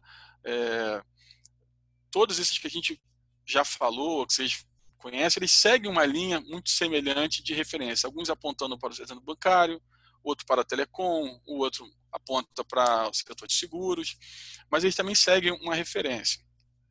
Então, o primeiro componente dessa arquitetura que é muito interessante é esse glossário de negócio. É interessante notar que quando você entra no mercado, e aí a nomenclatura ela diverge um pouco, né? Então, eu coloquei o exemplo aqui do prêmio, porque normalmente quando você fala assim, pô, vou ter que pagar o prêmio, as pessoas acham que pagar o prêmio é aquilo que elas vão receber. Na verdade, na linguagem, né, de seguros, na verdade, aquela contribuição que você faz mensal para alguém, né? Parece que esse veio do inglês, né, do premium, transliteraram e virou prêmio, e hoje a gente usa essa nomenclatura. Então, o Accord ele coloca um glossário. Então, todos os termos, apólice, beneficiário, uma série de terminologia que não se encontra em outra indústria, o Accord apresenta nesse glossário sobre o que é cada uma delas, né? Uma linguagem funcional. Isso também ajuda muito para aqueles que estão também considerando aí o DDD, que é aquela linguagem ubíqua, onde quando alguém de negócio fala, né, por exemplo, prêmio, o desenvolvedor que está ali também naquela estrutura, né, o DevOps, ele entende o que é prêmio, né? Não pode ser algo desconectado. Então, o glossário também serve para ajudar a dar esse direcionamento dessa linguagem ubíqua. O modelo de capacidade, a gente viu na apresentação do Plas também, assim, praticamente todos os modelos, os frameworks, eles possuem, quais são as atividades que são realizadas. Então, uma seguradora, o que uma seguradora faz? Então, nesse modelo de capacidade está escrito ali todas as atividades, não está dizendo workflow, né? Não diz assim, você tem que fazer daqui para cá, daqui para lá. Não, são as atividades que uma seguradora propõe. Então, a seguradora, ela pode fazer o processo tal, é uma referência. Vamos ver se está dentro da referência do Accord, se essa atividade, de fato, ela deveria ser feita pela seguradora, deveria estar dentro desse nosso modelo. Um terceiro ponto, né, é o modelo de informação. Esse fornece para as seguradoras, para as empresas que estão ali, uma visão, podemos dizer assim, uma big picture de todas as partes lógicas, né, do mercado de seguro, das funcionalidades de seguro, os conceitos, né, o que está ali dentro, como é que se conecta uma com a outra, quais são as políticas. Então, ele dá essa visão de toda a estrutura do modelo, vamos dizer assim, da parte lógica do negócio. São aproximadamente 800 classes com 2.300 atributos, né? Então, nessa parte do framework do Accord, a gente encontra essas informações. O modelo de dados a entidade de relacionamento, é um modelo no nível lógico. Eu coloquei um exemplozinho aqui bem pequeno, mas como ele diz, como ele trata as tabelas. Então, cliente, beneficiário, benefício, negociação, tudo aquilo que compõe um modelo de entidade de relacionamento de uma seguradora, o Accord ele dá a referência. Mas eu não tenho esse tipo de função aqui na minha seguradora. Então, essa tabela ou essa implementação você não faz, né? Não precisa colocar. É uma referência, né? A gente volta a dizer. Então, a gente também consegue ter essas informações dentro do Accord. Ficou errado ali 7 componentes, porque eu não estou falando de 7, estou falando só de 5, né? Mas há outros componentes, mas o quinto componente são, de fato, aí os building blocks, né? O conjunto de atividades, né? De processos que eles são semelhantes, eles vão se unindo e você vai compondo o que você precisa para a sua empresa. Então, ele te dá esse conjunto de informações, né, de ações. Então, se eu preciso montar aqui a minha parte de CRM, então eu sei que eu vou precisar desse bloco aqui, daquele bloco ali, que eu vou conseguir atender a parte de CRM. Então, ele junta aí a capacidade e as informações dentro desse modelo que a gente apresenta. Então, esses são os 5 básicos componentes dessa arquitetura. Vale a pena reforçar isso aqui, né? Um Accord não é tudo ou nada, assim como os frameworks. Não é que eu preciso, eu tenho que implementar tudo ou então não vou implementar nada. Não, é uma referência. Né? O que faz sentido para o meu negócio? O que faz sentido para a minha empresa? O que faz sentido para a minha dor nesse momento, para a minha necessidade? Então, eu consulto lá, eu vejo, né? É interessante a gente pensar que é um grupo tão antigo, do mercado de seguros, composto por uma gama assim, altíssima de empresas e consultorias que estão debruçadas em cima desse negócio, né? Dezenas de milhares de mentes que se debruçaram sobre esse modelo, sobre essas funções, sobre as regras e que servem de apoio para a gente, né? Para aqueles que estão querendo agora apostar nesse mercado, ou criar do zero, ou mesmo melhorar a sua operação. Então, não precisa pensar, então vou implementar o acorde e aí eu não vejo mais nada. Na verdade, o que a gente tem visto são, por exemplo, um pedaço é do Eton, outro pedaço é do acorde, usa um outro framework que atende talvez a necessidade e vai se compondo, né, conforme a decisão, vai se compondo um framework que na verdade é um mix de um pedaço de cada um. E isso tem atendido bem, tem sido muito produtivo. Ele se debruça, né, o acorde se debruça muito, esqueci de falar, mas desde o primeiro slide tem ali o endereço do acorde.org, então quem tiver interesse e for do mercado de seguro, ou mesmo não for, mas queira se aprofundar e olhar com mais detalhe, pode ficar aí à vontade, está aí o endereço. Eles fazem muita pesquisa, desenvolvimento, publicam artigo, então é um grupo muito ativo que está atuando no mercado, né, nesse desenvolvimento desse framework. Ele é um framework vivo, então ele está o tempo todo sendo novas versões, tem novos entendimentos, não é nada que está ali, de repente pode pensar, esse framework tem 50 anos, não, é muito, blockchain é uma coisa muito recente que está sendo estudado. Então, se uma empresa quer seguir o caminho para o blockchain, sem dúvida, né, seguro, o acorde vai ter brevemente ali uma especificação de como é que implementa, como faz, pelo menos um insumo, né, para que a direção possa escolher, né, que caminho seguir, né, algo que já foi validado e foi testado. Existe a certificação, né, o ACE aqui não é o ACE lá do Atila, né, não é uma arquitetura corporativa essencial. Então, Atila, fica tranquilo, se estiver assistindo aí ou for assistir, isso não é o seu ACE, é o Accord Certified Expert, que é para quem está utilizando. Isso traz uma credencial também muito grande, né? Você fica imaginando um projeto dentro de uma seguradora, onde o profissional que está trabalhando ali, que está atuando ou pela consultoria, ou mesmo pela aquela seguradora, ele tem um certificado, ele conhece aquilo que está sendo falado, ele conhece o mercado seguro, ele conhece as regras.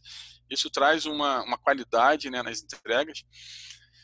Um adendo aqui bem interessante é que quando você está com a padronização, né, por exemplo, no modelo de dados, imaginando as fusões e a parceria entre seguradoras, quando se todos, né, se as duas seguradoras estivessem com o mesmo modelo, essas integrações, essas parcerias, essas aquisições, eventualmente, seriam muito mais fáceis, porque é quase o mesmo modelo, né? Ou, se não for idêntico, né, aquilo que tem um, tem o outro. Então, essa padronização é muito interessante também para essas situações.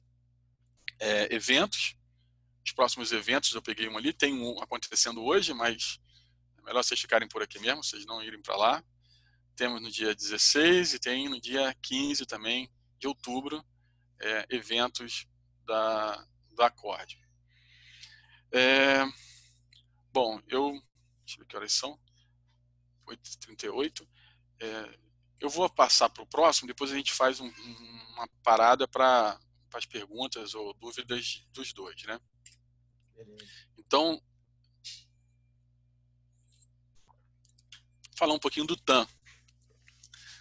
O TAM não quando a gente publicou lá no LinkedIn que eu ia falar sobre o TAM, um colega fez a brincadeira perguntando, mas o que? É aquela companhia de empresa lá, Latam? Eu falei, não, cara, não é a Latam, não. Isso é outra história.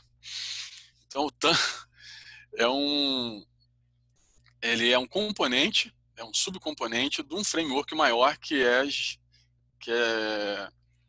vamos dizer assim, gerido pelo TM Forum, né? O TM Forum é a mantenedora desse framework maior, em que o TAM faz parte desse framework maior. Então, o Frameworks, que é realmente com esse X no final, ele abrange muito mais cenário do que especificamente o TAM.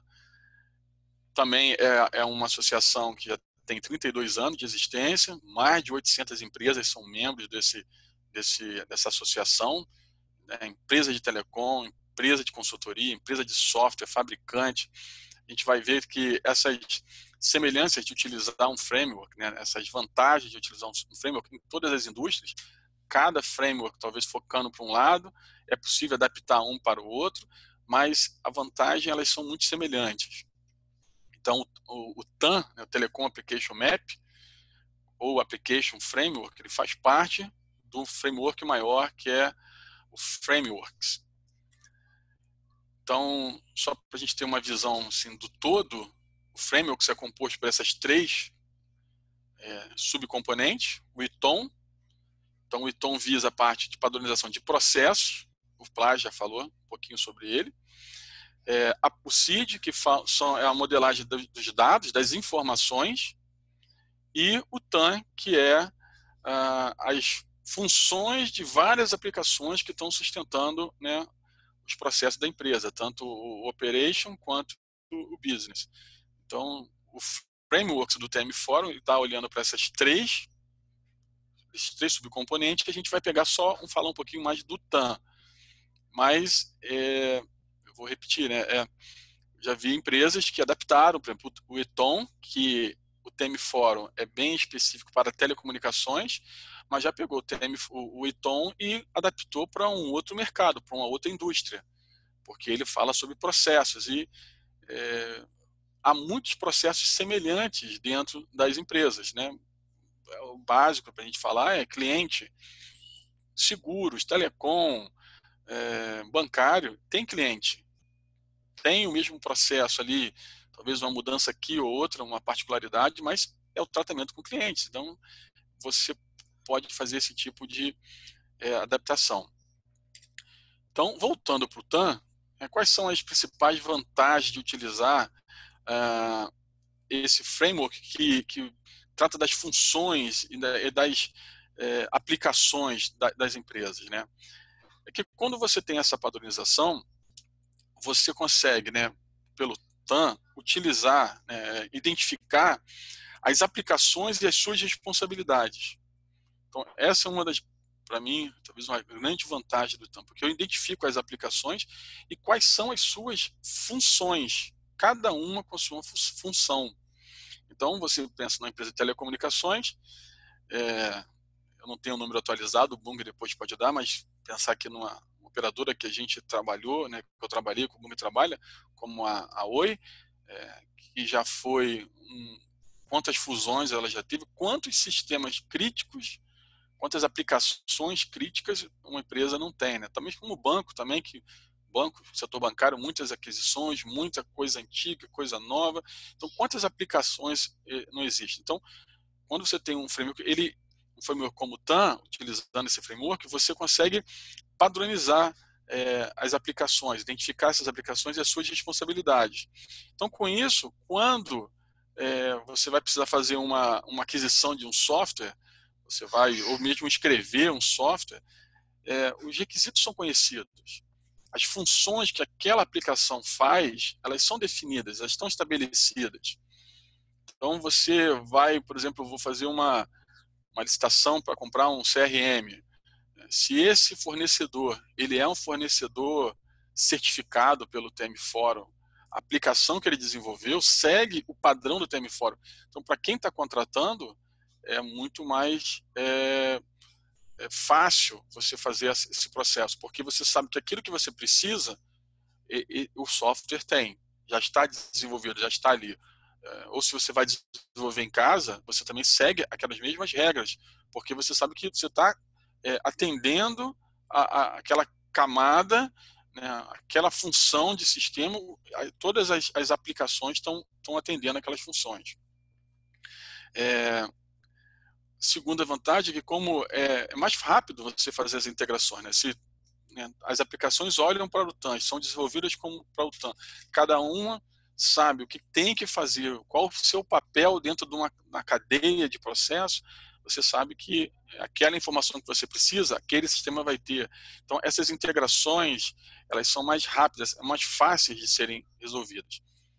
Não que isso não vai levar um tempo, né? São aplicações, dependendo da integração, elas são custosas, mas ainda assim é mais fácil, porque você sabe onde vai obter essas informações. A redução de custos, né, de transformação, novamente é algo assim, são experiências de 800 empresas que estão testando, que estão estudando, que estão investindo tempo na construção dessas regras, desse modelo, né, desse framework. Então, quando você vai colocar um sistema, colocar alguma regra de negócio, isso já foi testado, foi comprovado. Isso não é algo que talvez seja fruto de uma ideia recente que pode dar certo ou pode dar errado. Não, foi gasto um tempo em cima. Então, é um conhecimento que gera essa redução de risco, né, de você fazer uma transformação. E o quarto aqui, que a vantagem de utilizar assim, um framework como o TAM é você poder confiar nessa aquisição de software. Falei um pouquinho no 1 também lá. Então você sabe que aquele consultor, aquela consultoria que está te atendendo, que está te ajudando a alavancar o seu negócio, está alavancando a sua transformação digital, eles conhecem aquelas aplicações, eles sabem o que a aplicação naquela camada teria que fazer. Um exemplo assim do que talvez está sendo, que eu estou falando aqui, talvez esteja passando muito rápido, é quando, por exemplo, você tem a responsabilidade de abrir um protocolo de atendimento. Qual é o sistema que é responsável por abrir, né, o protocolo? Ou não vou dizer nem o sistema, né, o nome do sistema, mas qual a aplicação? Em que momento deve ser aberto um protocolo de atendimento? Então, se você segue um padrão, ou esse framework, você sabe, ele diz, olha, esse protocolo o protocolo de atendimento poderia ser aberto nesse momento aqui.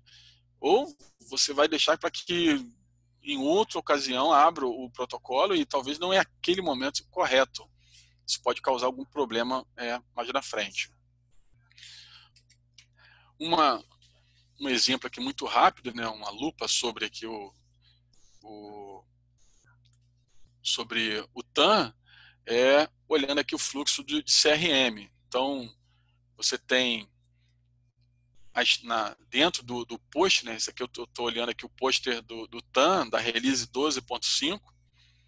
Eu digo que, se não me engano, está na 18.5, eu não tenho certeza, mas eu acredito que já esteja na 18, eu não consegui uma mais recente. Mas essa referência, e novamente, não necessariamente todas as funções que estão descritas nessas camadas, eu preciso implementar agora, nesse momento, né? Pode ser mais para frente, pode ser que já esteja num estágio da minha empresa, de trabalho, e que aí sim eu vou implementar uma nova função. Mas a visão do CRM, você tem aqui o cliente antes de ele se tornar, né, antes dele se tornar um cliente. Na verdade, estou na campanha, estou no marketing, estou ali no funil de vendas. Eu tenho aqui depois o cliente dentro da esteira de aprovisionamento, né, para onde tem que mandar, como eu faço aquele cliente pertencer a todos os sistemas que ele precisa ser incluído, a todos os lugares, e depois o faturamento do cliente. Então ele mostra a parte de relacionamento com o cliente nos 3 momentos distintos do meu negócio. Aqui, como referência aqui, né, o operation, o fulfillment e o billing. Bom, também certificação. Então, eu esqueci de falar sobre o Accord. Agora que eu vi aqui do TM Fora, eu lembrei. O Plas falou o valor lá da certificação, né, do BIAN. Eu acho também que os valores, né, na verdade, o valor de você ser certificado é um valor alto, mas ele tem ele traz junto uma quantidade de benefícios muito grande. E para ser membro também, então, lá do Accord, pelo que eu olhei os preços, aproximadamente $10 mil para você se tornar membro do Accord. Então, se uma empresa ela quer se tornar membro, ela teria que desembolsar isso. Do TM Fórum, eu não tenho esse valor, e não consegui os valores das certificações, mas é um valor também que você talvez possa pensar, né? Pô, mas é muito dinheiro, $10 mil, mas o tanto de conhecimento, o tanto de experiência que eles já estudaram, já passaram, a gente consegue trilhar um caminho mais fácil. Então, para o TM Fórum existem diversas certificações. Eu coloquei aqui essas 3 marcas aqui, mas no site do TM Fórum são várias, como negócio, analista, agilidade, então várias certificações. E também tem a agenda deles também para vários eventos. Eles fazem eventos mundiais com dezenas de milhares de pessoas, de várias indústrias até, e operadoras, provedores de solução, desenvolvedores de software, enfim. Bom, nós chegamos aqui, eu cheguei aqui no final, eu não vi muita hora que eu comecei aqui, mas agora são 8h50. Essa provocação, né, o que eu espero que essa provocação é que seja útil para vocês na construção de novas oportunidades e possibilidades. Uma frase também que eu li recentemente aí, do Campbell, é que a caverna que você tem medo de entrar, guarda o tesouro que você procura. Então, talvez uma certificação, conhecer um pouco mais sobre esse framework seja o que você estava precisando aí para dar uma alavancada na carreira. Bung. Show de bola, Éder. Fantástica aí essa apresentação. E, assim, temos algumas perguntas aqui. Uma pergunta que eu queria te fazer é o seguinte. Você que lidou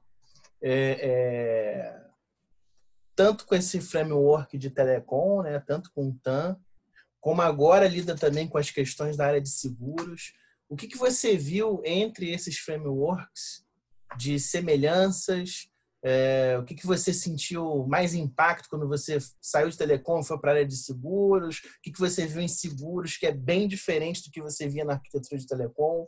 Comenta um pouquinho sobre essa tua visão aí desses dois mundos. Excelente pergunta. Olha, o mercado de telecom, ele é muito maduro, né? Na verdade, eu não sei exatamente, talvez recente, já nasceu nessa maturidade, já tem os próprios fornecedores de soluções, eles são muito capacitados. Então, a experiência que eu tenho é que do mercado de telecom é muito... a maior parte dos fornecedores e a maior parte dos softwares de aquisições, eles seguem alguns modelos de referência. No mercado de seguro, eu não tive essa mesma visão, né? Normalmente ainda está, você vê pelo próprio Accord, aquelas empresas que são membros do Accord, normalmente elas estão fora do país.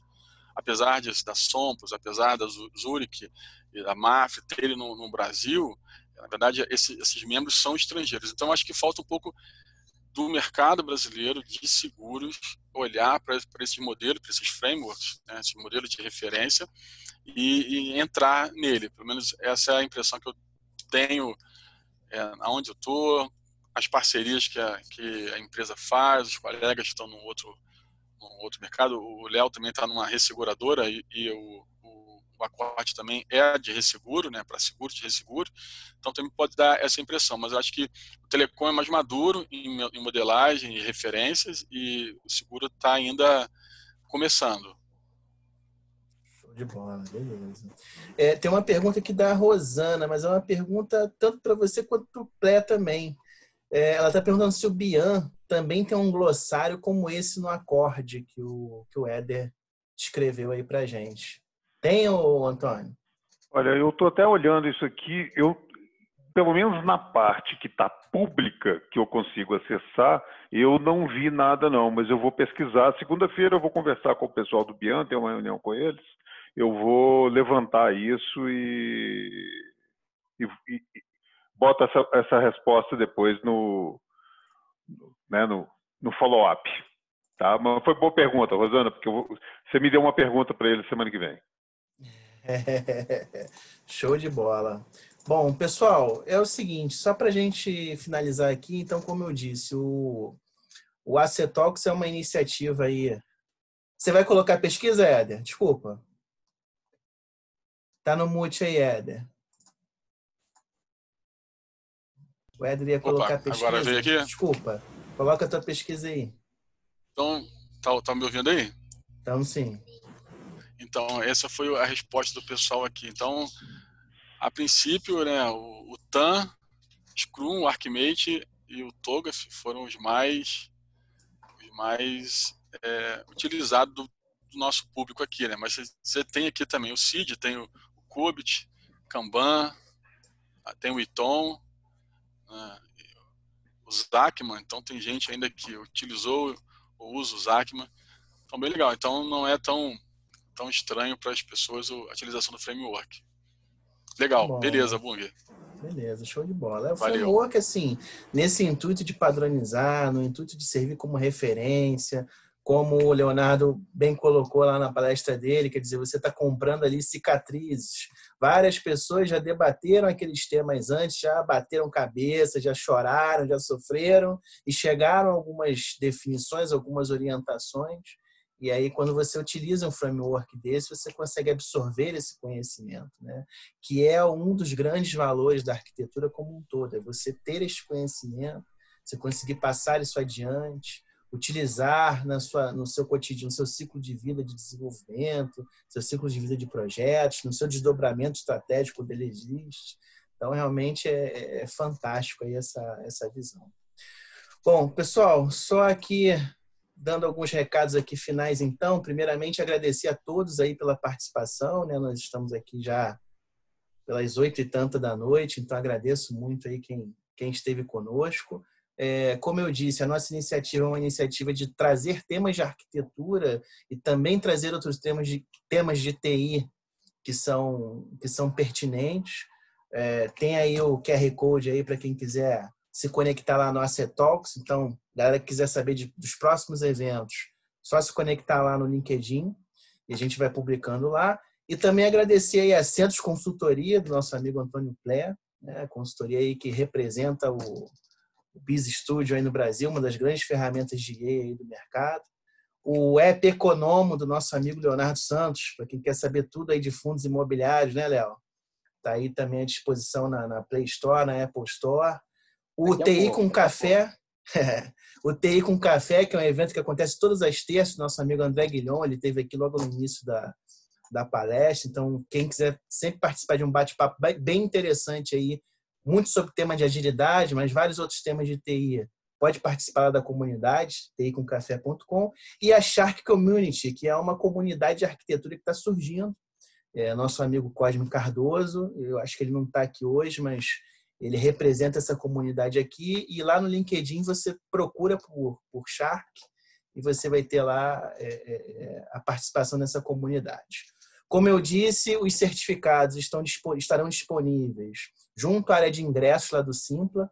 Então, finalizando aqui o evento, eles vão estar lá disponíveis para quem quiser baixar, e nós vamos disponibilizar também depois a gravação disso aqui. Tá? Queria agradecer a todos aí, agradecer aos debatedores, aos palestrantes, as pessoas que perguntaram, que participaram. Muito obrigado aí, boa noite a todos. Obrigado, boa noite, pessoal. gente. Tchau, obrigado. Pessoal, boa noite aí. Obrigado aí, pessoal. Muito bom. Bom final de semana a todos. Igualmente.